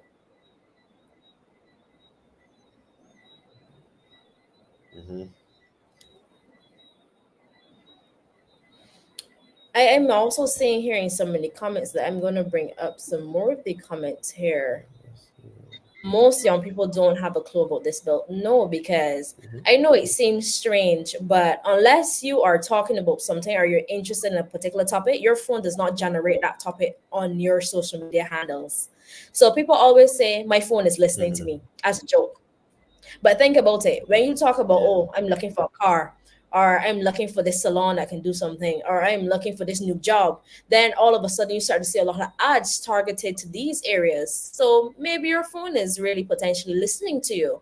So if you're not speaking to your children about data protection and the cybercrime bill, information about it is not going to come up because they're not looking at that type of stuff. They're looking at what is going on TBC News, what is going on social media, what is the new trends, what are the new looks. So our social media is already being targeted in a way where it focuses solely on what we are interested in. So it's difficult to get people who are not interested in something aware of something they don't know about. I do not know how we will tackle something like that. But I will say, if you have a child, you need to start speaking to them about it. It's almost like being black overseas and getting pulled over. Those Yep. parents overseas speak to their children about what to do in that situation. And here in Barbados, we will have to start speaking to the generation, my generation and under, about how to carry themselves online. Because think about 11-year-old getting charged with a fine like this, because it really doesn't say an age limit. It doesn't say who could be fined and who can't be. And I'm thinking, since they're underage, they can't vote, maybe that fine might go to the parent. So we also need to be mindful of that. Don, I Yeah, don't definitely. know how you would interpret that, but maybe you can shed some light to how you feel about that scenario. Yeah, the bill, I didn't read the whole 800-page document, but as you said, I don't believe it has a stipulation for age. I don't think it says only people over 18 can be charged with this. And when you think about how, loosely young people use social media, somebody might just in a very jokingly way go and say, oh my god, bread is now $15 a loaf, like I hate the government, like something as simple as that, could be interpreted as one of those keywords as a quote unquote an annoyance, or insulting, or whatever the language in the new bill says. So you really have to, as you said, tell your children about it. It's going to be something just as bad, just as you said, Shaquani, as being black in a country like America, where young people around, even 10, 11 years old, black parents sit down and talk to their children and be like, listen, you can't do everything that your white classmates are going to do because you're being judged through a different lens. So similar to that, people will have to sit down as soon as you give, I don't know what age parents are giving their children a cell phone. When I have a child, probably not till he's about 12, 13, 14. But I don't know what age parents are giving their children phones, but as soon as you give them that phone, it has to come with a whole set of rules and restrictions that you cannot post about, obviously, anything to do with the cybercrimes bill if it ends up passing. Because yeah, you're gonna end up putting mommy and daddy in a lot of money and in a lot of financial burden, either $100,000 or they can't make children go to jail for 10 years, so that means they'll force the fine upon the parents. So yeah, it's a tough spot to be in. I really think that the next step forward would be for Marcia Weeks and everybody else who organized the marches. The marches have to start back because that was the only reason that the Senate actually paused making the bill a law in the first place, because there was so much public outcry about it. I went to quite a few of the marches. Marcia, Caswell, all the other hosts of this show were religiously out there every single Saturday. And if that's what it takes, that's what it takes, because we can't have this bill passed. No matter how much the people of Barbados on a whole need to fight the government on this, so be it. We need to fight the government on this and make sure it does not pass. Definitely. What I will say is that we need to be very, very mindful in what is being amended, how it's being amended, and they need to make it clear, because something that is vague is not clear. I know they say they're leaving it for up to interpretation, possibly by the judge. But By the judge, for yeah. the average person, when we read it, if it is not clear to us, how do we interpret following the rules? Janine, I don't know. I don't know if you had heard what Dawn and I was speaking about because I know that you had some you were dropping in and out. So if you want to jump in now, that is fine. Yeah, I actually lost a lot of what you and Don was saying. But we May were not know about back in. Okay, we were talking about how at what age a person might be able to get fined if they are found to be breaking the law because it didn't really indicate an age, and since social media doesn't have an age limit, some persons who are 11 and 7 and 10 they have phones. What if a person around that age does something that the government does agree about? Could they be possibly charged? How would you feel knowing that your child would be charged, and if the child can't be charged, will that charge go on to the parent? Well, to be broader, I think that that already happens in Barbados. Not like somebody, they may not be charged, but they could be victimized in some way or form. We know at the Barbados that we live in, that's what happens. And to what you guys would have said earlier, I saw someone would have said something about persons outside being charged. That is confirmed because I knew when the first in May that was not so. When it was asked of Marcia Cattle, that wasn't concrete at the time for persons outside to be charged. Hmm. So that has been confirmed currently. Well, it's not confirmed. We're not sure. We were wondering if they do plan to charge somebody outside of Barbados, how do they implement charging them? And then how do they get them to pay the fine if the person wants to pay? And the reference I had used was they can't get students who study abroad and get student loans from Barbados to pay back the money when they decide to stay. How would they get a person who is declared as breaking the law to pay $100,000 fine? Right. So I think persons can go back and watch it. It's there on YouTube um to show. But she didn't confirm that that would be the case. She even dabbled around the question when asked in many different ways at the time. So it seems it's only going to be us. And we know that there are persons who don't live in Barbados currently who use social media for things that are happening in Barbados, even send untruths about people. But then you will have a show like Marcia Week Show or some other show that is using it for positivity or to send a message of what's currently happening here to be stifled on that. Are we going to turn into Russia, where we are going to be in a country and people who said are not going to know what's happening, and we are going to things are going to be happening here? We're going to be forced to not think that is actually happening. So, what will happen to mental health as well? Those are some difficult questions, and hearing them, I mean, like, knowing that those are potential issues, but hearing them out loud is extremely challenging to even think that that is a possibility. You imagine being in Barbados, living in Barbados, and not even knowing that we have another murder, something as simple as that. We don't even know because that information is being censored off of the internet. We don't know how to protect our family because we're not being informed about information like that. So when a government is allowed to have the ultimate control like that, I think it kind of puts the public in more danger because we don't know how to prepare for something we don't know about. Mhm. Well said. Let me see, we're having some more comments, and people in the chat, don't feel sending your comments. I'm going to try to put up as much as possible. I really liked Identity Only in Chief. Mm-hmm. They had said that the cybercrimes bill is the foundation for keeping a one-party state. If the opposition is muzzled, then what can they say? Like, that's perfectly true. If we have one party in power that has, what is it? They own 97% of parliament, and we're forced to not be able to criticize 97% of parliament. Well, they're going to keep their seats. If nobody is hearing any criticisms about them, the only thing to assume is that they're doing an okay job, but that wouldn't really be the case. It's just that they've forced people to not say anything. So it's really going to carry you in the direction of China, in the direction of Cuba, in the direction of Russia, all these places that have had one leader for 20 plus years because they have serious censorship issues. And Barbados is going in that same direction. Do we want to be in the same place as Russia and China, all these other dictatorial powers around the world? Definitely not. I Definitely. totally agree with you, Don, because I can remember for the 2022 election, the Prime Minister would have made a statement of be careful for if you vote for opposition, because then you might vote for a government that you don't want.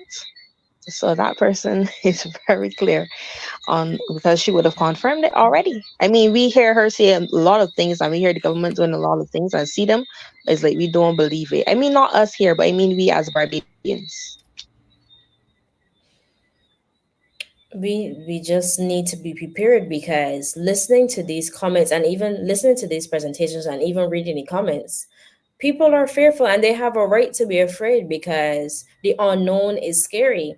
And when an amended document comes and it is still not clear, it is disappointing because it is supposed to be clear to every single person to read and understand and comprehend. And when you make something that is vague, it leaves room for error, room for people to for your minds to just make up the remaining.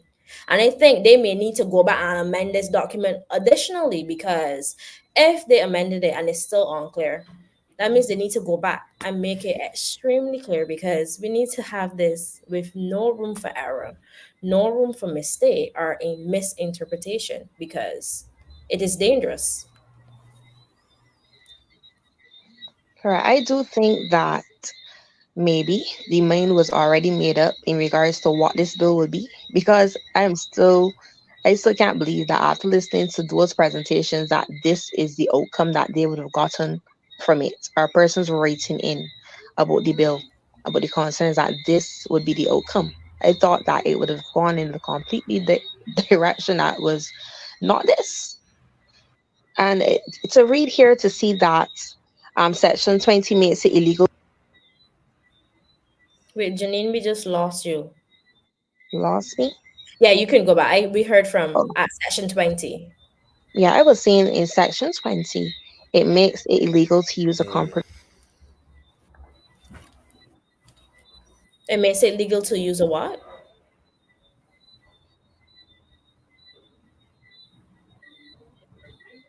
I'm not sure what is happening with you. We can hear you again now. So I don't know if you want to repeat again.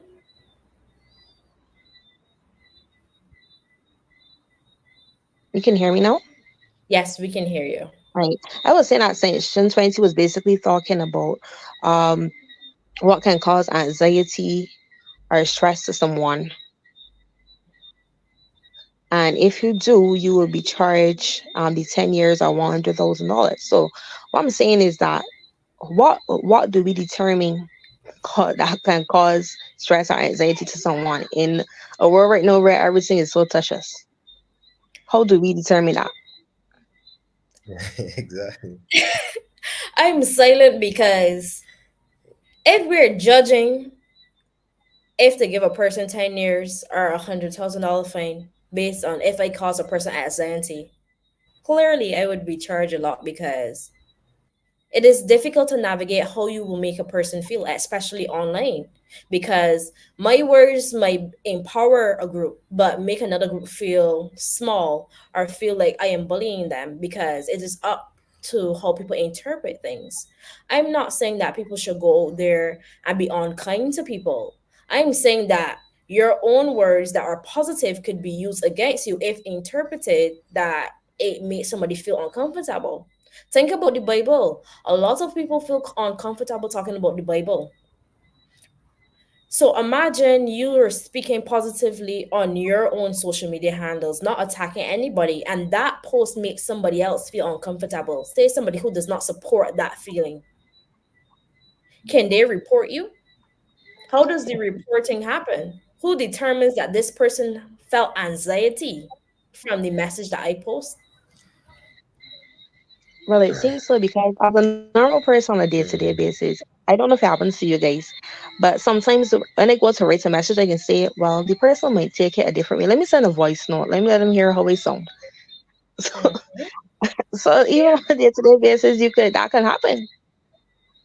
It happens all the time. I saw Don shaking his head too because I know that that can happen a lot Mhm. because sometimes words are misinterpreted so much because you may be No, I mean thinking that the world is just so, yeah. exactly like when people talk about English, it is so difficult sometimes to understand what we're saying in person. Mhm. Imagine via text. And if you mistakenly do all caps, Yeah, that is that would a give completely somebody a lot of anxiety. All caps, they feel like you're shouting at them. mm-hmm.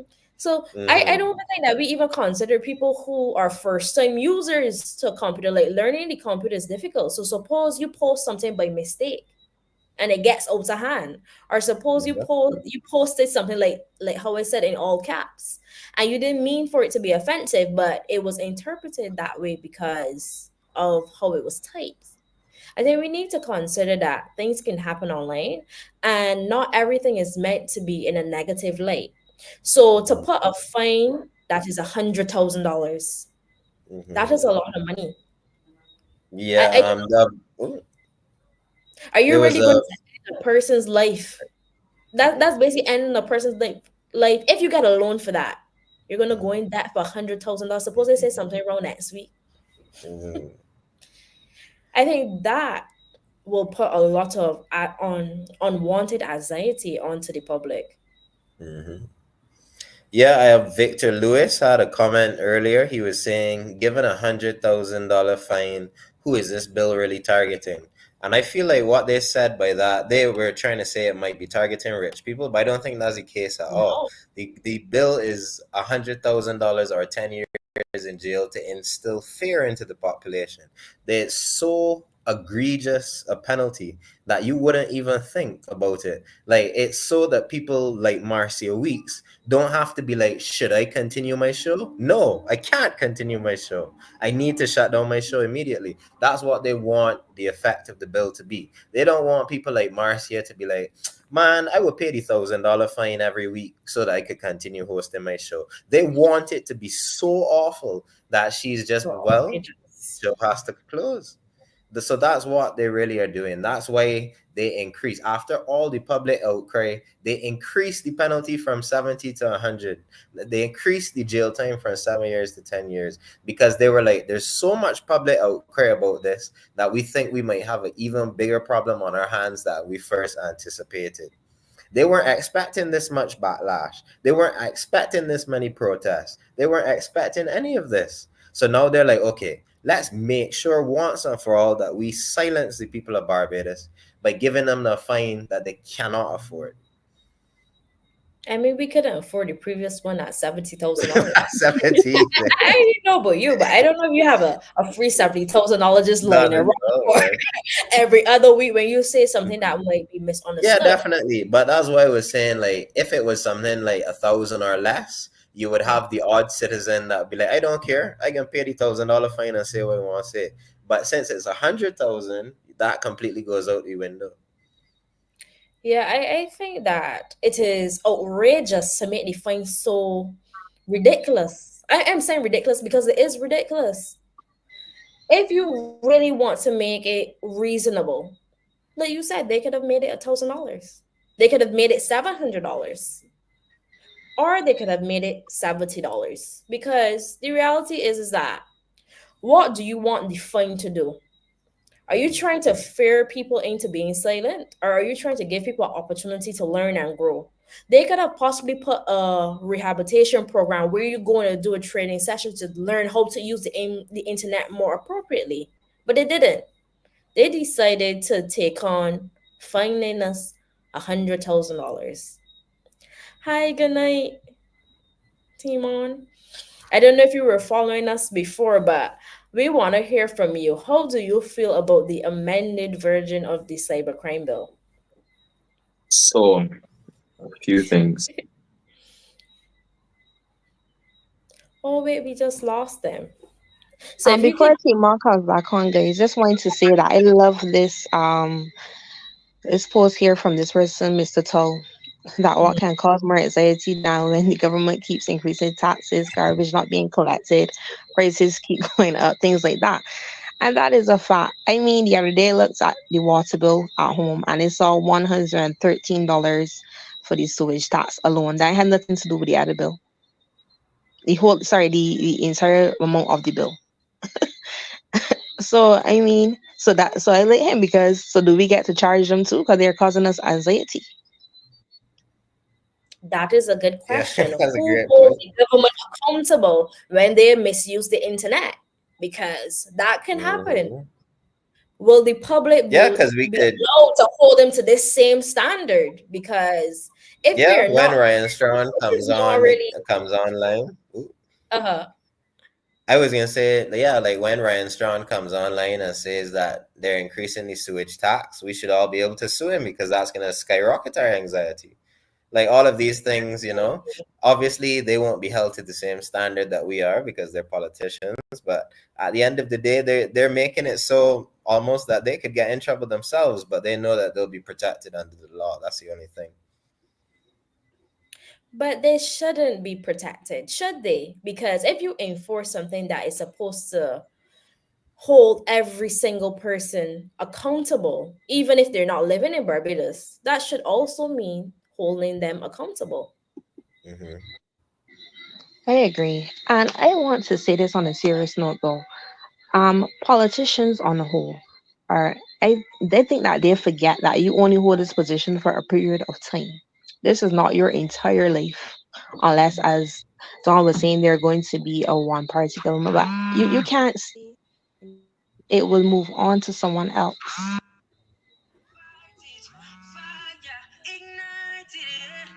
Sorry. That's okay. Yeah. Hmm. Hi, Janine. Yes, please. Yes, Right. my phone. I thought you couldn't write, but I was saying that. Mm-hmm. Um, Right. They need to understand that they're not going to be staying in this position forever. And this will, I think that they lose sight that this will eventually affect them, their families, or their grandchildren, or more generations to come. I think that when they're sitting down making these policies, they need to think not only of right now, but of the future. Because you're not going to be in that position forever. That is only for a period of time. And you're going to go back to a regular citizen, just like any of us. Hmm. I think that's an excellent point. You will not be a politician forever. I think that in itself should be scary for them because when you implement something that it is so harsh on Barbadians, the average person, you have to remember that eventually you may be an average person again. So how do you feel about your freedom being and your democracy being stripped away from you?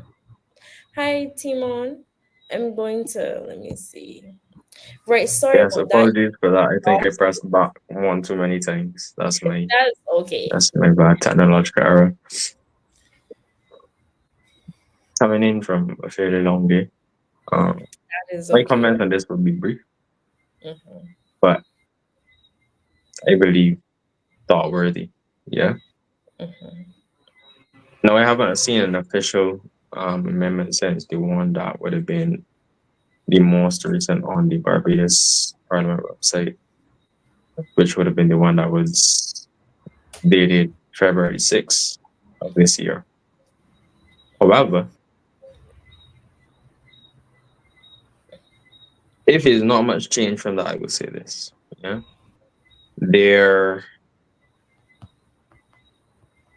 is a concept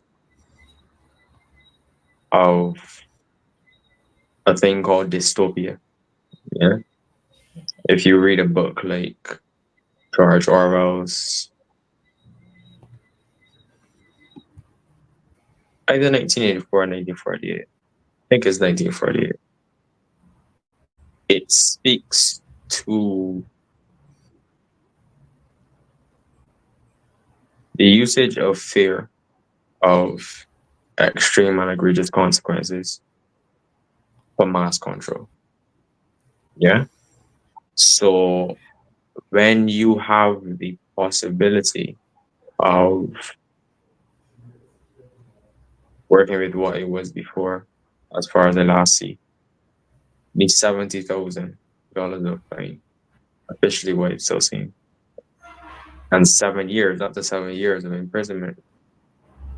That allowance for such an egregious term or fine can lead persons to self-censor, to seek self-preservation, essentially, which it would be disingenuous not to acknowledge.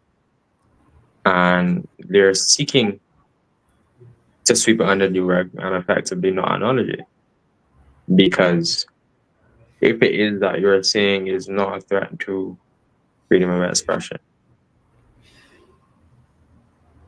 you are steering persons in the direction of self-censorship. And there is no getting around that. In saying that you believe someone who is discontented or upon observing the situation has some grievance or decides to show some dissent in a manner which may cause you annoyance, embarrassment, so on and so forth down the line on a social platform, because we're in a digital age. And they post this content. To say that they would be still just as inclined to speak out, to voice dissent in such manner, to stand against folly where it presents itself and call it as such, right, is not realistic. To say that they would just be equally as gun-ho to stand against whatever they see as incorrect and call out the foolishness that's going on and point people in the direction of look at these things that add up, the mathing. Like, really is not, whether that be government corruption, whether that may be policies that they seek to pass without adequate involvement of the people, whether that may be foolishness afoot in terms of internal affairs of parties, so on and so forth. Whatever it is, yes, that does at the end of the day pertain to the people, that we have a right to speak about, that we have a right to call eyes and ears and minds to, I think is a little insulting to try and construe it as though we don't know what we know. Yeah. And so I would urge persons to continue to stand against it, continue to voice dissent against it, continue to have them understand that we are not content until certain things are changed. In terms of the vagueness of the writing, which is open to interpretation on a high degree, and law is set by precedent. Law is, rather, I should say, is largely based on regularity. I'm so glad they're doing law give right now, and my lecturer said that law is largely based on regularity. And so when a precedent is set now, right, it's no for you to say that you're going against the precedent. That's something that's a stretch. Is more likely that they go with the precedent that's set. So with the possibility of going up to 70,000 and up to 7 years, if we have precedents that are set with persons who go to those more egregious extremes, we might find ourselves in a little bit of issue, And to not be mindful of this, to allow him to get to such an extreme, I would like an example of a case where they think that that's actually appropriate. That's what I would like. Of a case where they think that that is the appropriate measure to take. $70,000 or 7 years imprisonment is an appropriate measure to take for someone having been annoyed, embarrassed,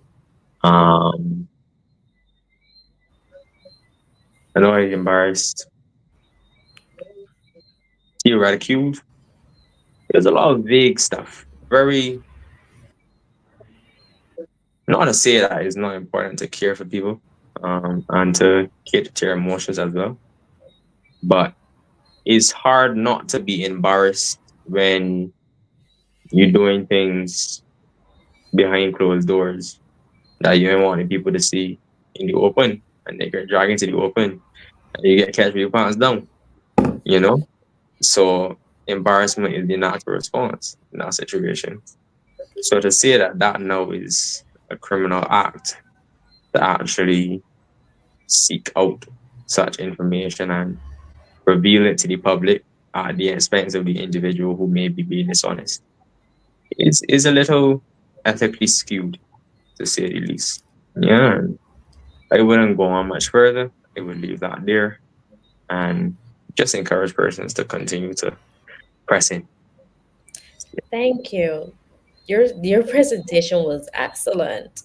And something you said just now that just captured my mind when you talked about being accountable, holding the government accountable. Even when you spoke about going to school at UE and doing law now, it made me remember the government or the governments that educated us wants us to pretend we are not educated. Imagine that. They want us to pretend we do not understand what the bill is saying, what is implying. And I'm so glad you said that you are enjoying doing that class at school because it shows the impact of how being able to get education and then looking at something like this, looking at the bill, how you can really pull it apart to see how it cannot stand up because we really cannot allow this to stand. Like, even if we read this comic currently on the screen, will the cybercrime bill crash if everybody decides to break it? Our legal systems cannot even cope with the current demand being placed upon it. So imagine if in 2024, I am seen to be breaking this based on our current legal systems. My case might come up in 2034. Let's hope I'm still living by that time. Am I that same person? Do I have that type of income? My whole thing is that if every single person in Barbados was to break this law, if it is implemented, will the prison have space for us? Because I don't think most Barbadians have the ability to pay this fine. So is really, can the prison accommodate possibly 100,000 people? Because the average person cannot afford this. So it's really, can the Barbados government afford to house 100,000 people at the prison? Can they afford to feed 100,000 people at the prison? Because that is the way they're basically doing it. They're not giving us an option. We cannot survive with this current bill amendment. It needs to be amended again because it is not good enough. As Timon would have said, what is the case that they would have used to make the decision that $100,000 was the value that they think that should be implemented on this particular cybercrime bill? We want to see the evidence used to say that this is justified because right now we feel like we are being bullied into something that we advocated we did not agree. It's not to say that they did not listen to Barbadians, they did not hear Barbadians, they did not see the written submissions. It's like they saw, they heard, and they ignored. They chose not to implement based on what the people were asking. So, how do we navigate this now after the people spoke, but they decided not to listen? What is the next step for the people? Well, a few things. Um, I will start with your last point in terms of the people speaking. Mhm.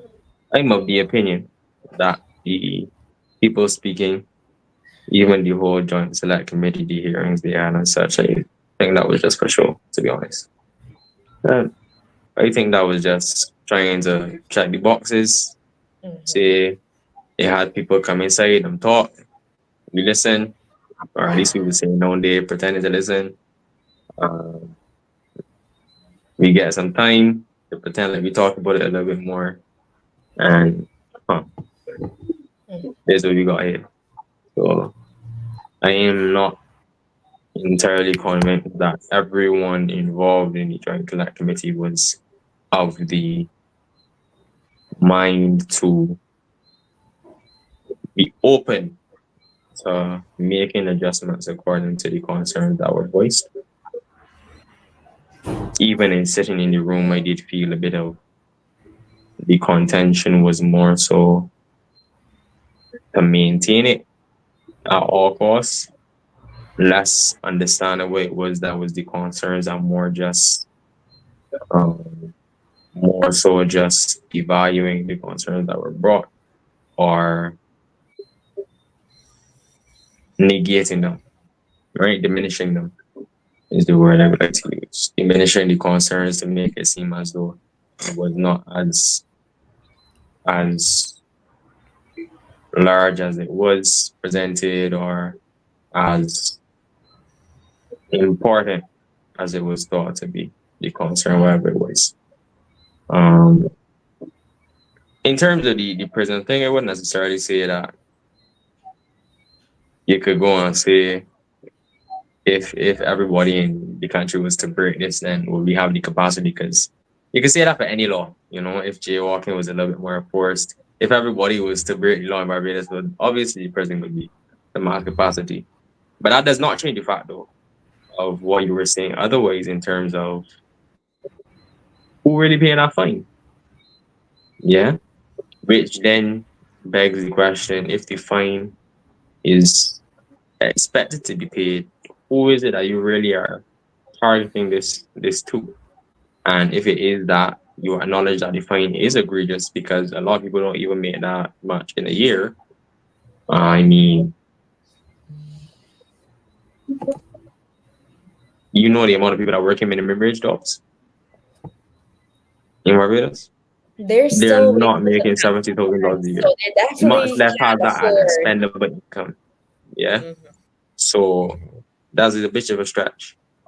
And if it is that you acknowledge that that is a bit of a stretch, Mhm. then why is it that you're setting it as that? And why do we then expect? Because what you're doing there, then it seems, is leading towards the imprisonment. Why would you want to do that, right? How do you weigh the offenses that you outline in the law against the punishment that you're trying to give, right? There has to be some level of proportionality there. So the burden of proof then would be to see how does it obtain that 70,000 or 7 years is in some way proportional to what you are expecting in terms of the crime that would be committed, or what you list as being a crime being committed. And I'm not convinced that what they've articulated is holistically as read together as it is there proportional to the punishment that they've given. Yeah, so that's something that still needs to be addressed, and we still need to push on it. We cannot be silent. We can't just let it pass. There needs to be on record that there were voices dissenting against this because the Barbadian people did not agree with it. That's the truth. Again, That's the very, truth. very good. Everybody that's watching right now, I don't know if you guys are seeing across the screen, but you can call in. We want to hear from you. We want to hear what you think is the next step in how to tackle this. What should the people do? What should we do? And before we get Yeah. from those calls, I just want to go back. Donna, I can see that you want to say something, so I'm gonna go back. No, man, my last 2 points to close out this very productive discussion would be my guy David Bowen had a comment on the bottom of the screen a couple of minutes ago, Yes. essentially saying we have to be very careful about complaining about the amount of the fine. We don't want to just keep saying, oh, the fine is $100,000.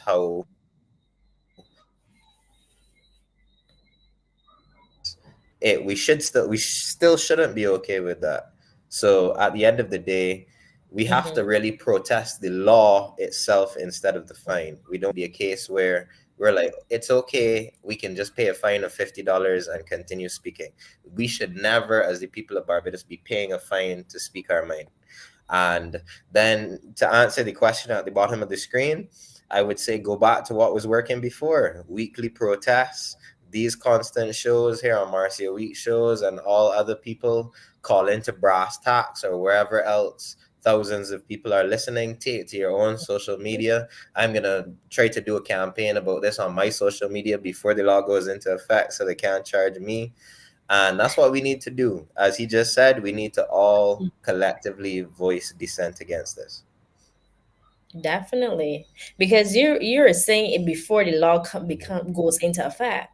Suppose the law goes into effect and they want to charge you for something you did previously. What are we going to do now? Because we're thinking about things we may do after the law is implemented, but we're not thinking that they may be taking us to court for things we did in the past. Because that's a possibility too. I Because got a good internet. 7, 8 counts already. Exactly. So I think we're taking this too lately because it's so unclear about how they're planning to tackle this. We are not even sure how to navigate posting or talking about these posts because it's not clear if it is current posting or past posting or both, because it could be both. And that in itself Mhm, is very, very dangerous.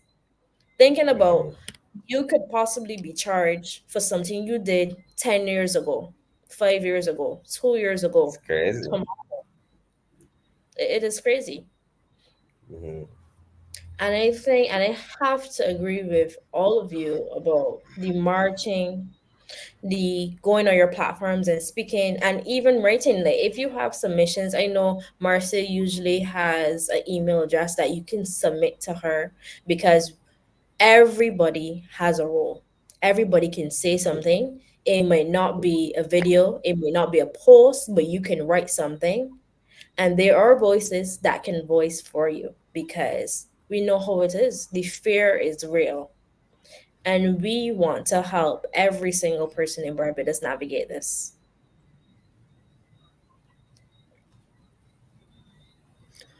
Oh, there's a call on the line. Let me see. Marcia?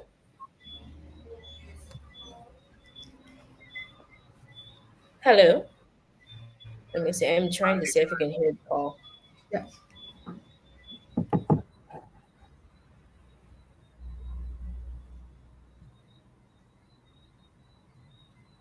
Marcia, we're not hearing you. Go ahead, please. You can hear me? Marcia, you can hear me? We can hear you. Barely. Well, this is Terry. Good evening, everyone.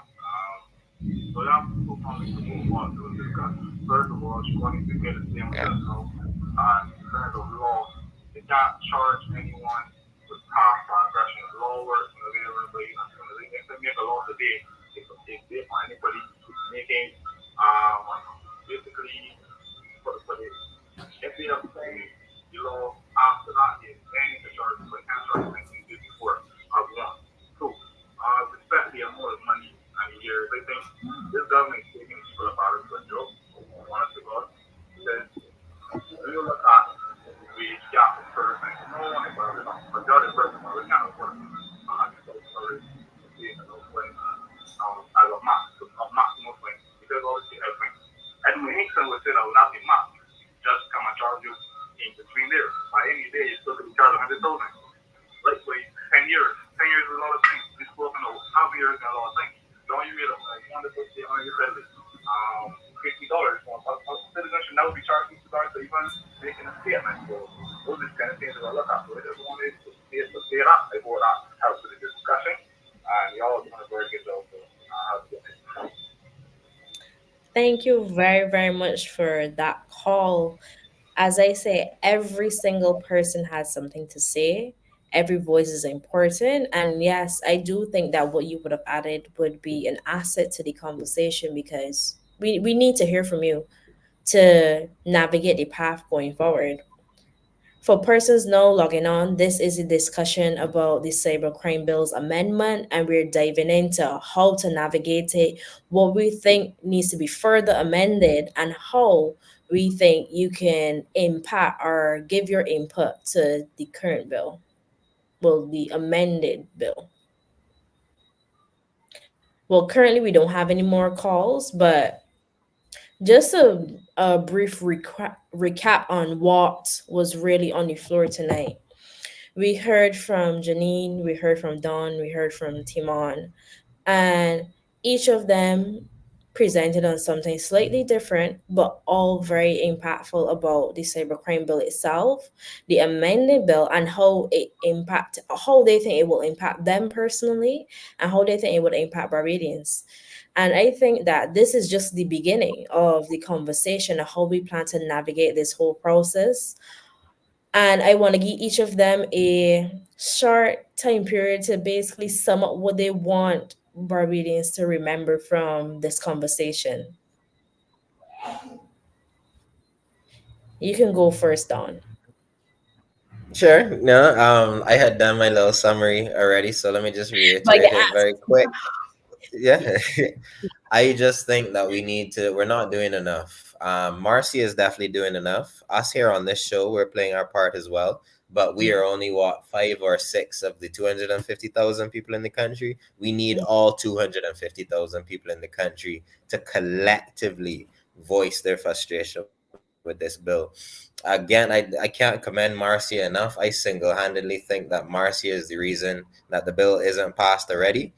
She is so underrated for that. So I really think that we need to all support her in her efforts, attend her protests, continue watching her shows, continue escalating the viewership of this very show so that the government continues to listen to it. The government probably have at least 5, 6 different people listening to this show right now, taking notes, going back to Mia about what we need. And that's what we need in this country. We need opposition, and we need to hold this government accountable. It's going to be impossible to do that until this bill passes. So that's all I'm going to end by saying. thank you very much. We have another caller on the line before I let Janine wrap up. So we're just gonna wait. Yes, go ahead, sir. Yeah, hi, good night. Yes, keep going. Can we hear Good night. hear We him, can hear you. Shaqwani? Yes, we can hear him. Good night. Okay, hi. Now, I've been listening to you guys. I think you guys are focusing on penalty too much. Focusing on the penalty like that gives rise for me to believe that you are okay with the intent of the bill. Mhm. Your problem is the intent, not the fee. Because, like it or not, government can collect a fee from you, even if it may sound exorbitant, excessive, by way of garnishing your salary, confiscating property, assets, that kind of stuff. So, property, the fine is not the issue here. What you have to do is focus on the intent of this bill. Is the intent of this bill justifiable? Now, to organize it properly, you are going to need to have either an individual or select a group who is going to take responsibility for obtaining copies of the amendments of this bill, because it may take several before they're ready.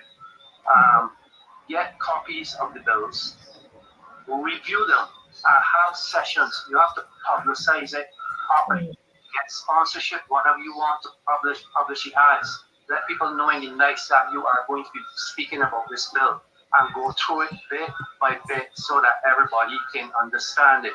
Because when people, right now, very few people understand that bill. When they do understand it, let me tell you, it is going to raise a lot of concern. There are areas where people have to be concerned, but they don't know. So your thing is get a group together or an individual and accept responsibility for putting this to the public. It is going to take some work, and like I said, some money. Go there, trot some concrete, get some sponsorship, and and put sponsorship for the ads, so that you can put them in the newspaper, you can put them on the air. We're reviewing this bill tonight. This is where the thing where it's going to be, that kind of stuff, so that people know. Because right now nobody has really taken any advance to really listen to that bill. Very few people know about it, but there are a lot of areas where there's reason for concern. That's about it. Yes. Thank you so much. Go ahead. Okay, bye. Thank you so much. Thank you very much. That was an excellent contribution. And He's absolutely right. And he was not the only one who was saying that in the comments. I saw some other comments telling us that as well. And I think that is a great solution. And we definitely will take note of that. And we can keep you posted on how we plan to navigate going forward. Janine, do you want to do your wrap up right now? Yes, please. I just want to thank the last caller and the caller previously for what they would have said. I truly learned a lot from what they said and from all of you tonight on the panel. I think every time we come on here, we learn something that we didn't know or how to best go about the situation in a different way. The caller previously would have said that the government takes, well, I think Barbadians saying it for a joke and stuff like that. And I think that's it. We lay down too much on things and only react to it then when it's affecting us individually. But now is the time for us to stand up and stand out on this bill because this is something that needs not to happen, period. And just make sure that we are fighting for what's right in this country.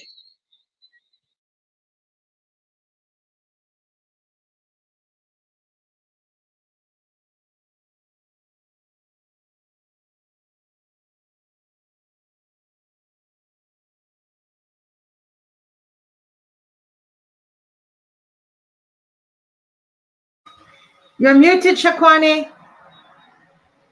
Sorry, and I was here going up in a whole monologue about how thankful I am for the speakers who came on tonight and basically thanking them for coming on because without them, we couldn't do this. And a lot of people always say that young people aren't doing anything positive. And I think tonight and yesterday and possibly tomorrow, we will continue to show the public that young people are interested.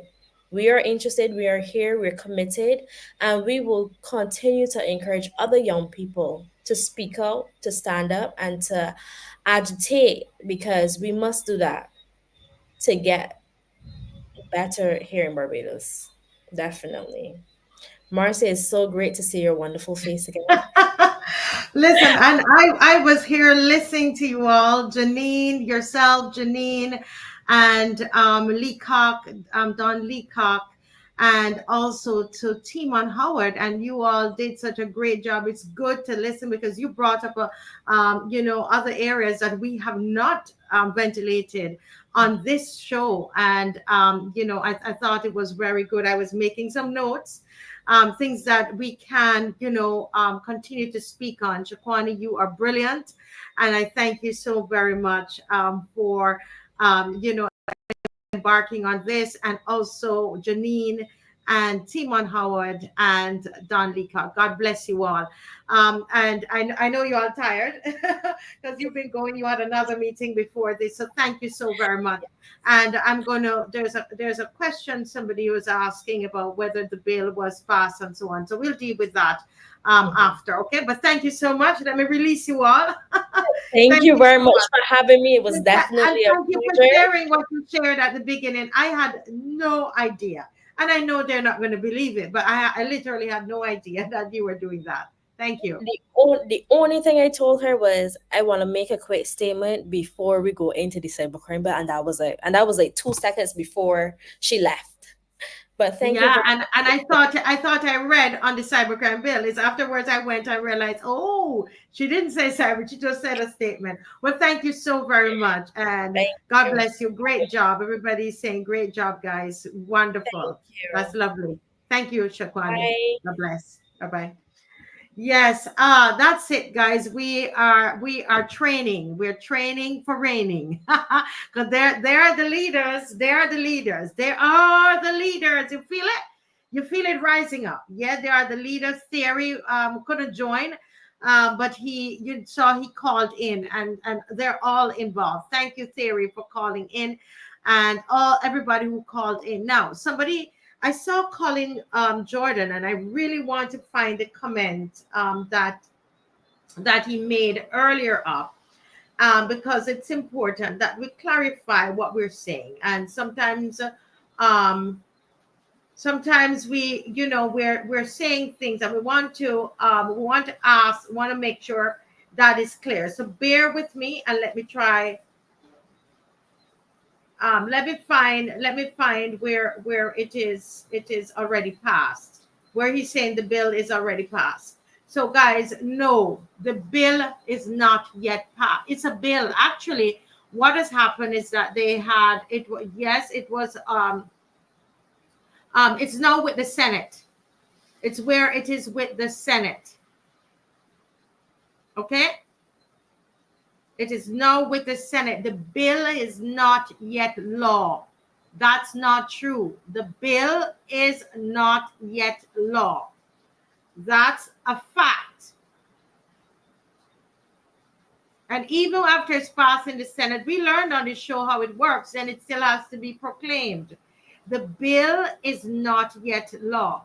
It is going to, the Senate is going to start their debate very soon. We're being told, because we've been trying to figure it out, right? So it's not true. It is not true. Okay, that's incorrect information. Okay, because that's why we were able to do why they were able to do the the committee, and to ask people to present. And what is happening is that the based on the Joint Select Committee meeting, right? Based on the Joint Select Committee meeting, they are now going to make these. The Joint Select Committee is now making these recommendations to for it to now these to be put into the bill, and then for it to be ultimately be made law. Okay, and then it has to be proclaimed. So let's get the facts right on it. Okay, very important that we get the facts right. It is not yet passed. So anybody that is telling you that it is not correct, yeah. And just so that we know, the Joint Select Committee was made up of several persons from the government, and parliamentarians, senators from the government, and also Mr. Ralph Thorne and Ryan Walters. What is important for us to understand is that it's just the two of them. So when the Joint Select Committee says that there was majority voted, that these recommendations be now put into the bill to make and then to go into law, understand that what that means is just over 70%. Would have 70% at least to say majority, right? And my understanding is that the opposition senator and the leader of the opposition did not vote in favor of 100,000 or 10,000. But remember, they're in the minority. And this is why I say to you, those of you who come on here and you say, Marcia,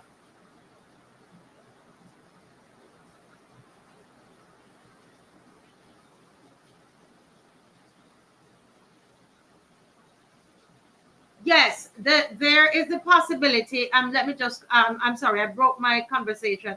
My understanding of it, of speaking to lawyers, both in Barbados and out of Barbados, my understanding is that the bill, that the changes that are recommended, so the Joint Select Committee, they are now recommending these changes, right, to the Senate.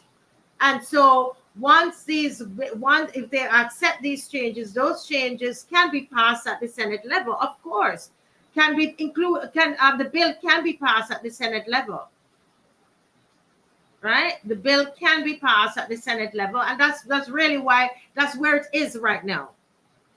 Okay, and then it has to be proclaimed, just like the Integrity in Public Life bill. Okay.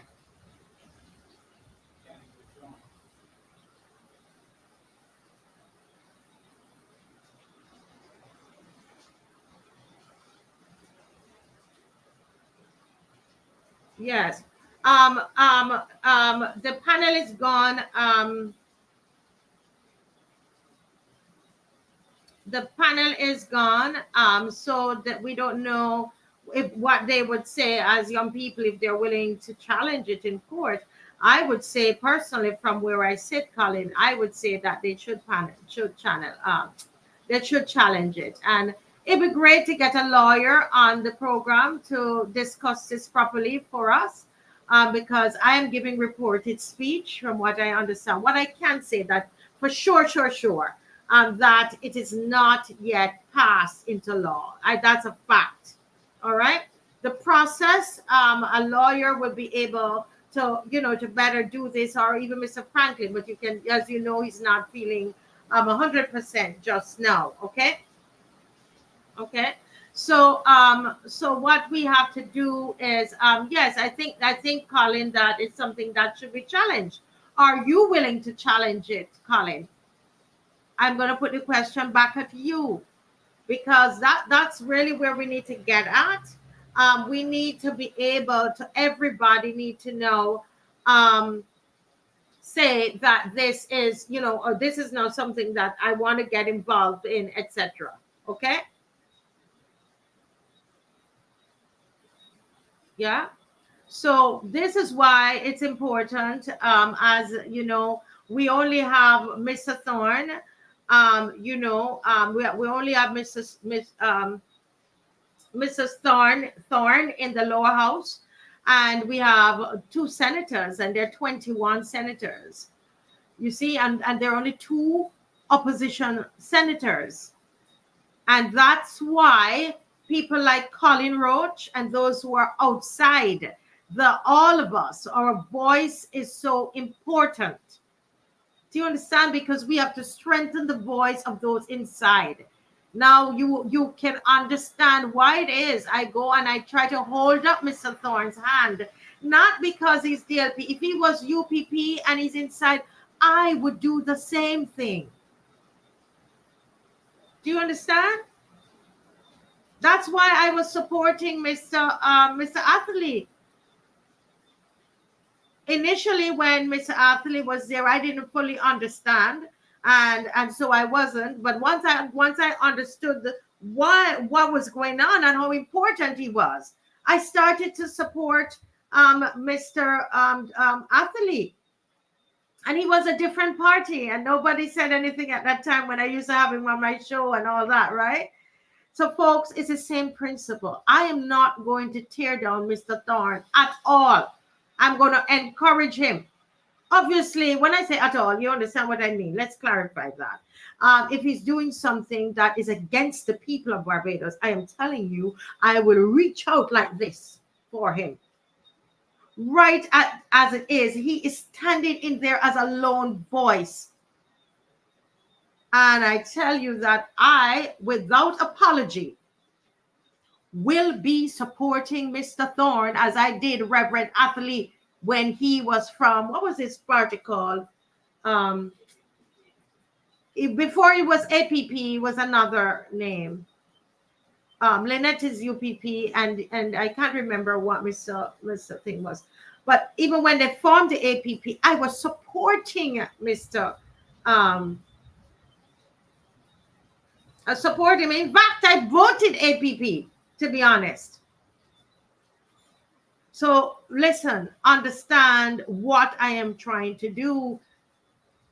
Mr. Thorne has to do all of that research and everything, and to go in there to stand up for us. So why would I be a hypocrite to sit outside and not help him? And I made a vow. I started to help Mr. Atherley late in the game. And once that man crossed, Mr. Thorne, he could have named Mr. Brown, he could have named Mr. or Miss whoever. Mr. Miss whoever from whatever, from the black party, right? Or the pink party, whatever. I could not care less. You hear I tell you? Because this country needs opposition, need a strong opposition in Parliament. And so I will support those two senators. Yes? You would recall Trisha Watson was on my show. Right? Ryan has been on the show, and so has Mr. Thorne. And I have no apologies for that. I will never. because I did not apologize when I was supporting Joseph Atherley, albeit it was late, because I didn't understand the process. You see? So I am saying to us, this is where, when we hear Mr. Thorne inside there, we've got to support him, pray for him, encourage him. Because I know what it is to be that lone voice. You hear what I tell you? You think it's easy to stand up in there with all of them and they're heckling, and knowing that he doesn't have the vote, he don't have the numbers to vote. So it's a people, we have to make the noise, we have to hit the streets, we have to write the senators, you have to write your MP, right? You have to write your MP. If they had say 14 people on that joint select committee, and you had it was a what, 7 and how much is a 7 and 7 even opposition and 8 or whatever, am I counting right, whatever the number is, right? It would make sense. And then it could not say it's a majority. You see what I mean? No, but they're there and it's just 2 of them. We will make up the majority. It's the people. It's all of us that will make up the majority. And that's what I am supporting. And that's why I support him, because we need it. We need the help. We need the help. I think somebody is calling here. We need the help. Right? We need the help inside there. They're helping. When all of them are helping, you got to give Trisha Watson her jacket. She was standing up there and stalling things and helping. Ryan was helping. And Mr. Thorne does a fantastic job in the lower house. And I have no doubt that Andre will do great again. And I will not speak against him. I'm not going to tear him down. The moment they stand up against the people of Barbados, that's when the people of Barbados need to stand up against those 3 persons there. When they take a stand against the people of Barbados, and it is something unfair, then we must speak out. But until then, you hear what I tell you? Until then, I will, without apology, support the 3 of them, as I did before. How could we not? Thank you, Nibs. That is the danger of giving a 30-seat admin. That is it.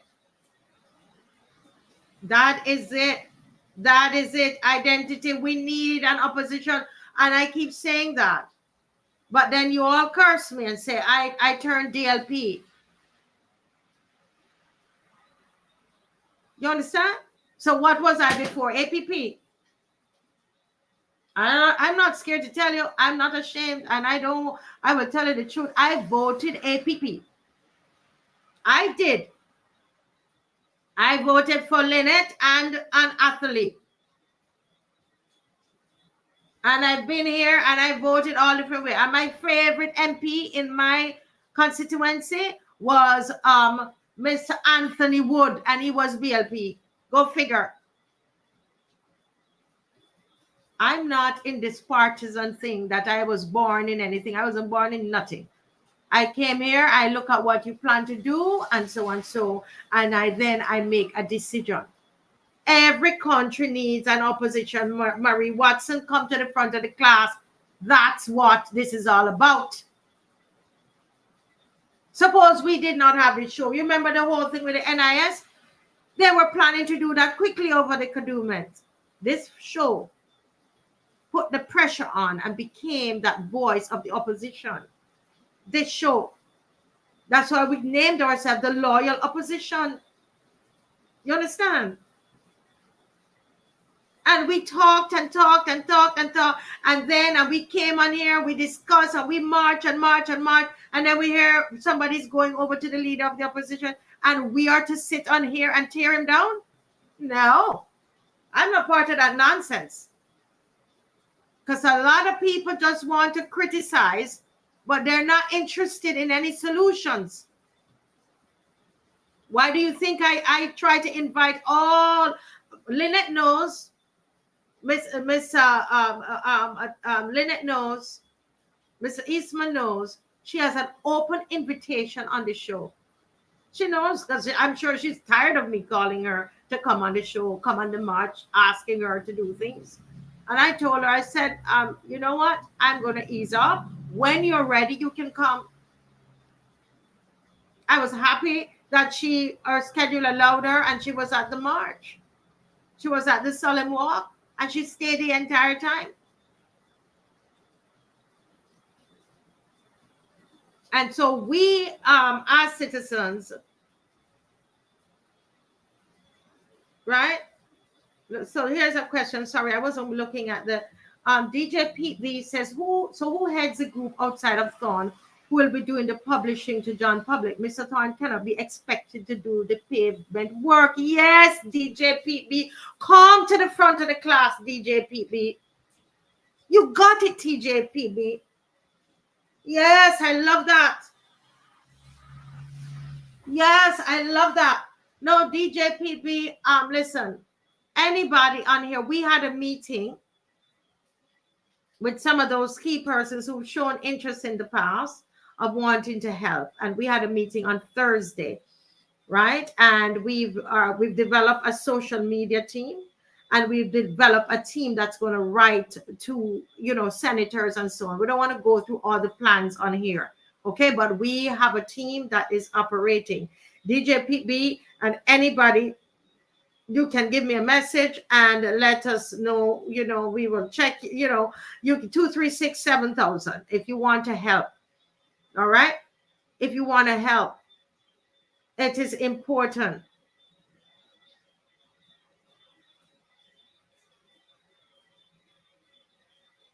Right. So this is important. DJ PB, that is a question that we need to be asking. That is it. That's the attitude. Not focus on which party this person is from, because you can support you. At the end of the day, folks, what we're defending is Barbados. We're saying that we need to have a strong opposition. Do you understand? That's my commitment. I know I'm saying it on here, but you're hearing it, but all you hear is party, party, party in your head. You understand? All you're hearing is party, party, party, party. And some of you, can I talk to you straight, my Bajan people? Some of you on here, you know what your problem, what I realize? You will say, you come on, you don't like what's happening in the country. But you might have been someone that your entire family voted BLP. So because Mr. Thorne came out and associated with the DLP, you are therefore refusing to support him. Because you, in your heart, you tell yourself you will always be BLP. You really are that. So it don't matter what happens in the country. Yes, you don't like it. You don't like it. Okay? But you can't see yourself supporting anybody else except the party you voted for or your family voted for since you were a child. You see? While a person like me would have voted like 4 different ways. Because I voted for the person in my constituency. That's why I could tell you when Mr. Anthony Wood left here, I said, there goes a great MP. He was fantastic, and Anthony Wood is still doing work in this constituency that I live in. Yes, he is, because that's just the kind of person that he is. He was fantastic, but he was BLP. I have to tell the truth. You see?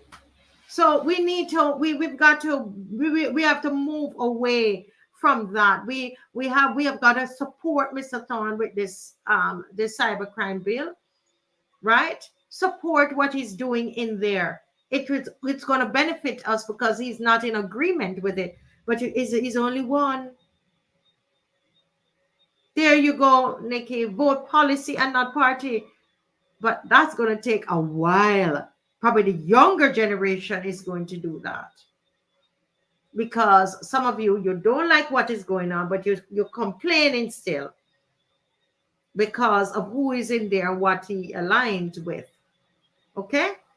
But what I'm saying is, wait, if the man, since Mr. Thorne has been in there, has he done anything that will hurt the people of Barbados? Did you see him do anything that, as we're talking about the nation? If he has done anything, let me know and show me the evidence of it, and we will come on here and talk about it, because we are here to defend the people of Barbados. Okay? So if he's doing something, but until that time, and Caswell is not going to let him slip. You understand? So I'm saying to us, please, let's mature. Let's think about country. Right? This cybercrime bill needs all hands on deck. Okay? All of us. And stop looking at the labeling. Yes? Yes. So let me see what Peter is saying. Let me go to the chat. Most people don't know the people who present themselves to office because the people don't interview them. That you go. There you go. So what I was doing, Peter, come to the front of the class again. What I was doing, Peter, I was actually, I think somebody called before, so I'm gonna let them, I'm calling them back. So you will hear a ringing in the background, right? Let me turn off the ringer till they answer. So what am I saying, P2A, is that during the last election, I used this platform and all of the independent candidates, all of the third parties came on my show and we interviewed them and people got a chance to meet them. I did that. And how come I was not labeled then? But I interviewed Mr. Eswick and I'm told that I'm now DLP and I should not interview David Eswick. But didn't he serve this country? I don't understand. Yeah? So let's hear the person who is on the line. Good night, caller. Good evening, Marcia. Yes, good evening. Welcome to the Marcia Week Show. Yes, and God bless you and your weekly panel. Thank you. I'm in agreement with Mr. Bowen. He's right. Take care you're not negotiating a fine. Coward. We already have legislation in place for, persons who besmirch others or denigrate their characters, whether it is their word or press. And that was the strategy.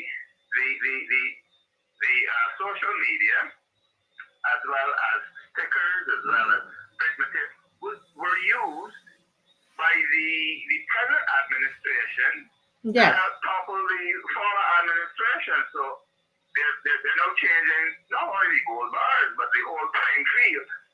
I liken you unto Mr. Clement Payne, who came here from Trinidad and enlightened the people about the labor laws, And I think this is a project for the young people to carry. It will affect them. It will affect them gravely. And I would suggest simple things. The same way they use the stickers to wrap around the polls to promote artists when they come here. You just get a simple sticker. Not many words. No to the CCB, no to the DLP. Let them know from early what your intention is. Let them know very early. And let them know that when they come to canvas, you say the same thing. Yes. No to the CCB, no to the DLP, and off my property. Ask them to step into the road. Now, in China, I don't know if this is the same type of administration as, what was it? 20 years ago at Tiananmen Square, where they brought out the tanks for against the young students who were protesting. That's not the case. No, beyond. Yes. That's not how we are thinking in the Caribbean. That's not our style of government. Yes. You know, and that was really a sad situation in China when they put and then look at how they treated the Hong Kongers. You know, Hong Kong was to go back to China by a certain time, and the Hong Kong they just put the tanks on them. So very simple, very easy. Send your message from early. No to the CCB, no to the DLP. You say the same thing when they come on to come to canvas you. No to the CCB, no to the DLP, and step off my property. Yes. I was asked to step off someone's property at time because it was already the right color. But fortunately, when I stepped into the street, this is a guy who was visiting, said he didn't want to see politicians. But when his brother came, he said, no. Mr. Gill, come back on. So it would be a strange or a new thing to ask people to step into the road, please. Very simple. Yes, Send the message early. That's my contribution. Wow, that is powerful. And I'm keeping your number. There are 2 persons who called tonight. We're going to keep your number and we've got to work together. I think that is a fantastic suggestion. What do you all think? No sweat. Yes, okay. No sweat. She's much more than just Marcia. Yes, you will continue to march together physical presence. Yes. You just put your stickers up early. Yes. Sticker wall going early. Yes. Thank you so much. God bless. And continue your good work, and may God continue to bless you. Thank you, sir. Thank you. I'll be calling you. Thank you. Very well. Yes. Wow. You heard what he said. Yes, guys. You're saying that the volume is not like the other nights when people call in. I wonder why. Okay, we will have to look at that because it's the same microphone and we're doing the same thing. But he says, I'm going to write it in the thing. He says, no to the, oh boy, what happened to my thing here? Got messed up. No to the CCB, no to the DLP. If you get what he's saying there, can you type it in? No to the CCB, that's a cybercrime bill, right? And it's no to the BLP. I bet you they're going to get the. I bet you they will get it. Huh? And if you even add this one, you then add another hashtag, right? You see that this hashtag here, this is the only thing they respond to, you know. You see that? You see what I have there? That's all they're going to respond to, you know. Yeah, I want to hear your thoughts before we move on to the question that's on my screen, because we're going to finish up soon. I would like you to make a comment on what the caller just said, because we're talking about things that need to be done. So the caller said we could put up some big, some posters. Okay, somebody says a great slogan, right? It's a great slogan. And let's get it going. Yeah. And to the person who asks, where's the planning committee outside of Mr. Thorne? And we got a hold, and we say, Mr. Thorne, we need you to fight like we behind you. And when you go in there, we need you to fight. And if he goes in there and he's not fighting, then you deal with him. But if the man fighting, you cannot, he's in there fighting and he come out and you're tearing down. What could go like that? You need to come out. When he come out, give him a glass of water and say, tap his face and say, go back in there. Go back in that ring. And when he's in the ring, he need to hear his voice, hear his name shouting loud. And if he go in there and stand up and did nothing, when we come out, we quarrel with him. You understand? That's how we hold them accountable. If he goes in there and he's not batting for us, then it's another story. But if the man batting and the man that's continuing the imagery of the fighting in the ring, huh? You can man fighting with the ring and he come out and you take a whip and beat him. No.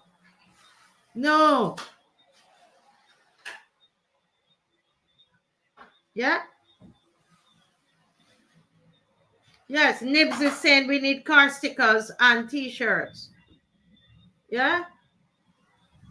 Yeah, we're gonna say yes to morality and integrity. That's a different one. That's good. But the slogan that we are talking about, what we're dealing with is a cybercrime bill, because I think, you know, yes.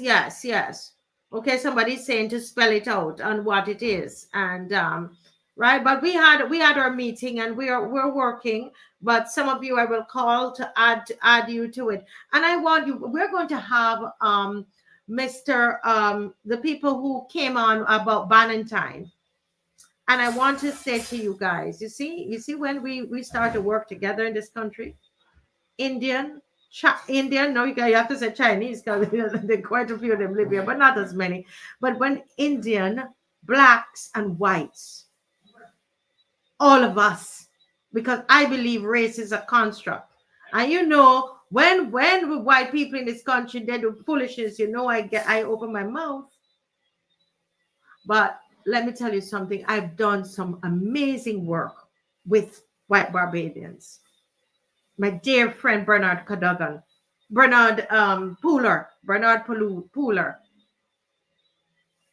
Wonderful man. You hear I tell you? Do we agree on everything? We don't agree on everything. You think everybody you speak with, you have to agree with them? You find what you have in common and you work with them. Yes? And they came on this show and we had a great discussion.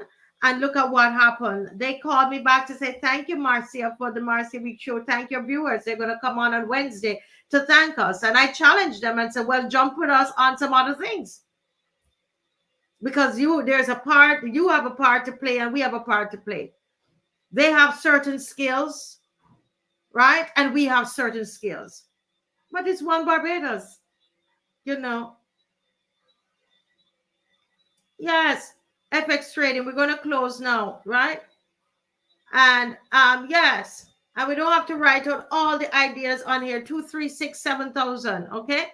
You don't have to put all the ideas on here because we don't want, you know, everything out there ahead of time. But 2, 3, 6, 7,000. You message me on the cybercrime bill. I'm going to respond to you, and I'm going to connect you with people who are working already on it. There's a whole social media thing that is about to come out. Okay, and when you see that, support it as well. But this discussion has been great tonight. And I want to say thank you to everybody who's joined. And I think there's lightning and my thing is happening. You can see the electricity is dipping because of the lightning. I don't know what's happening where you are. Mm-hmm.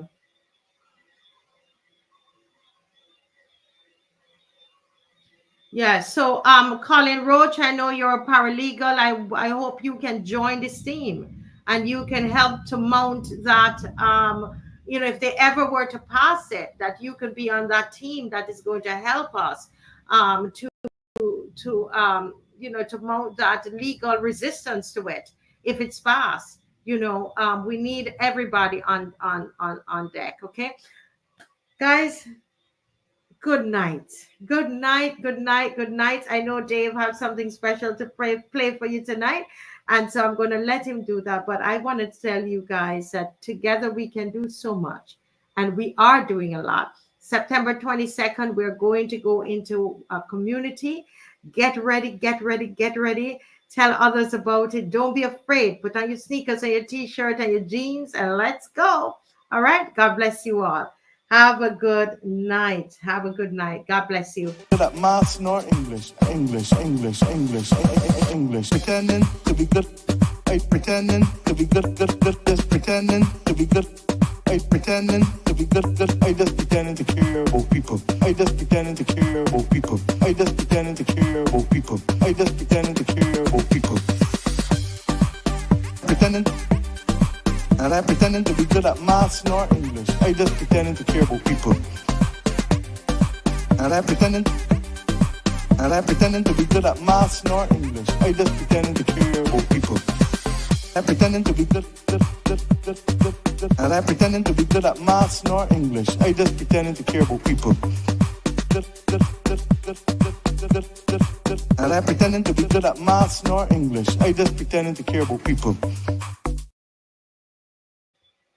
Good night, family. See you. God bless you, Doctor. Ferdinand Nichols will be with you tomorrow. Okay, God bless you. Bye-bye.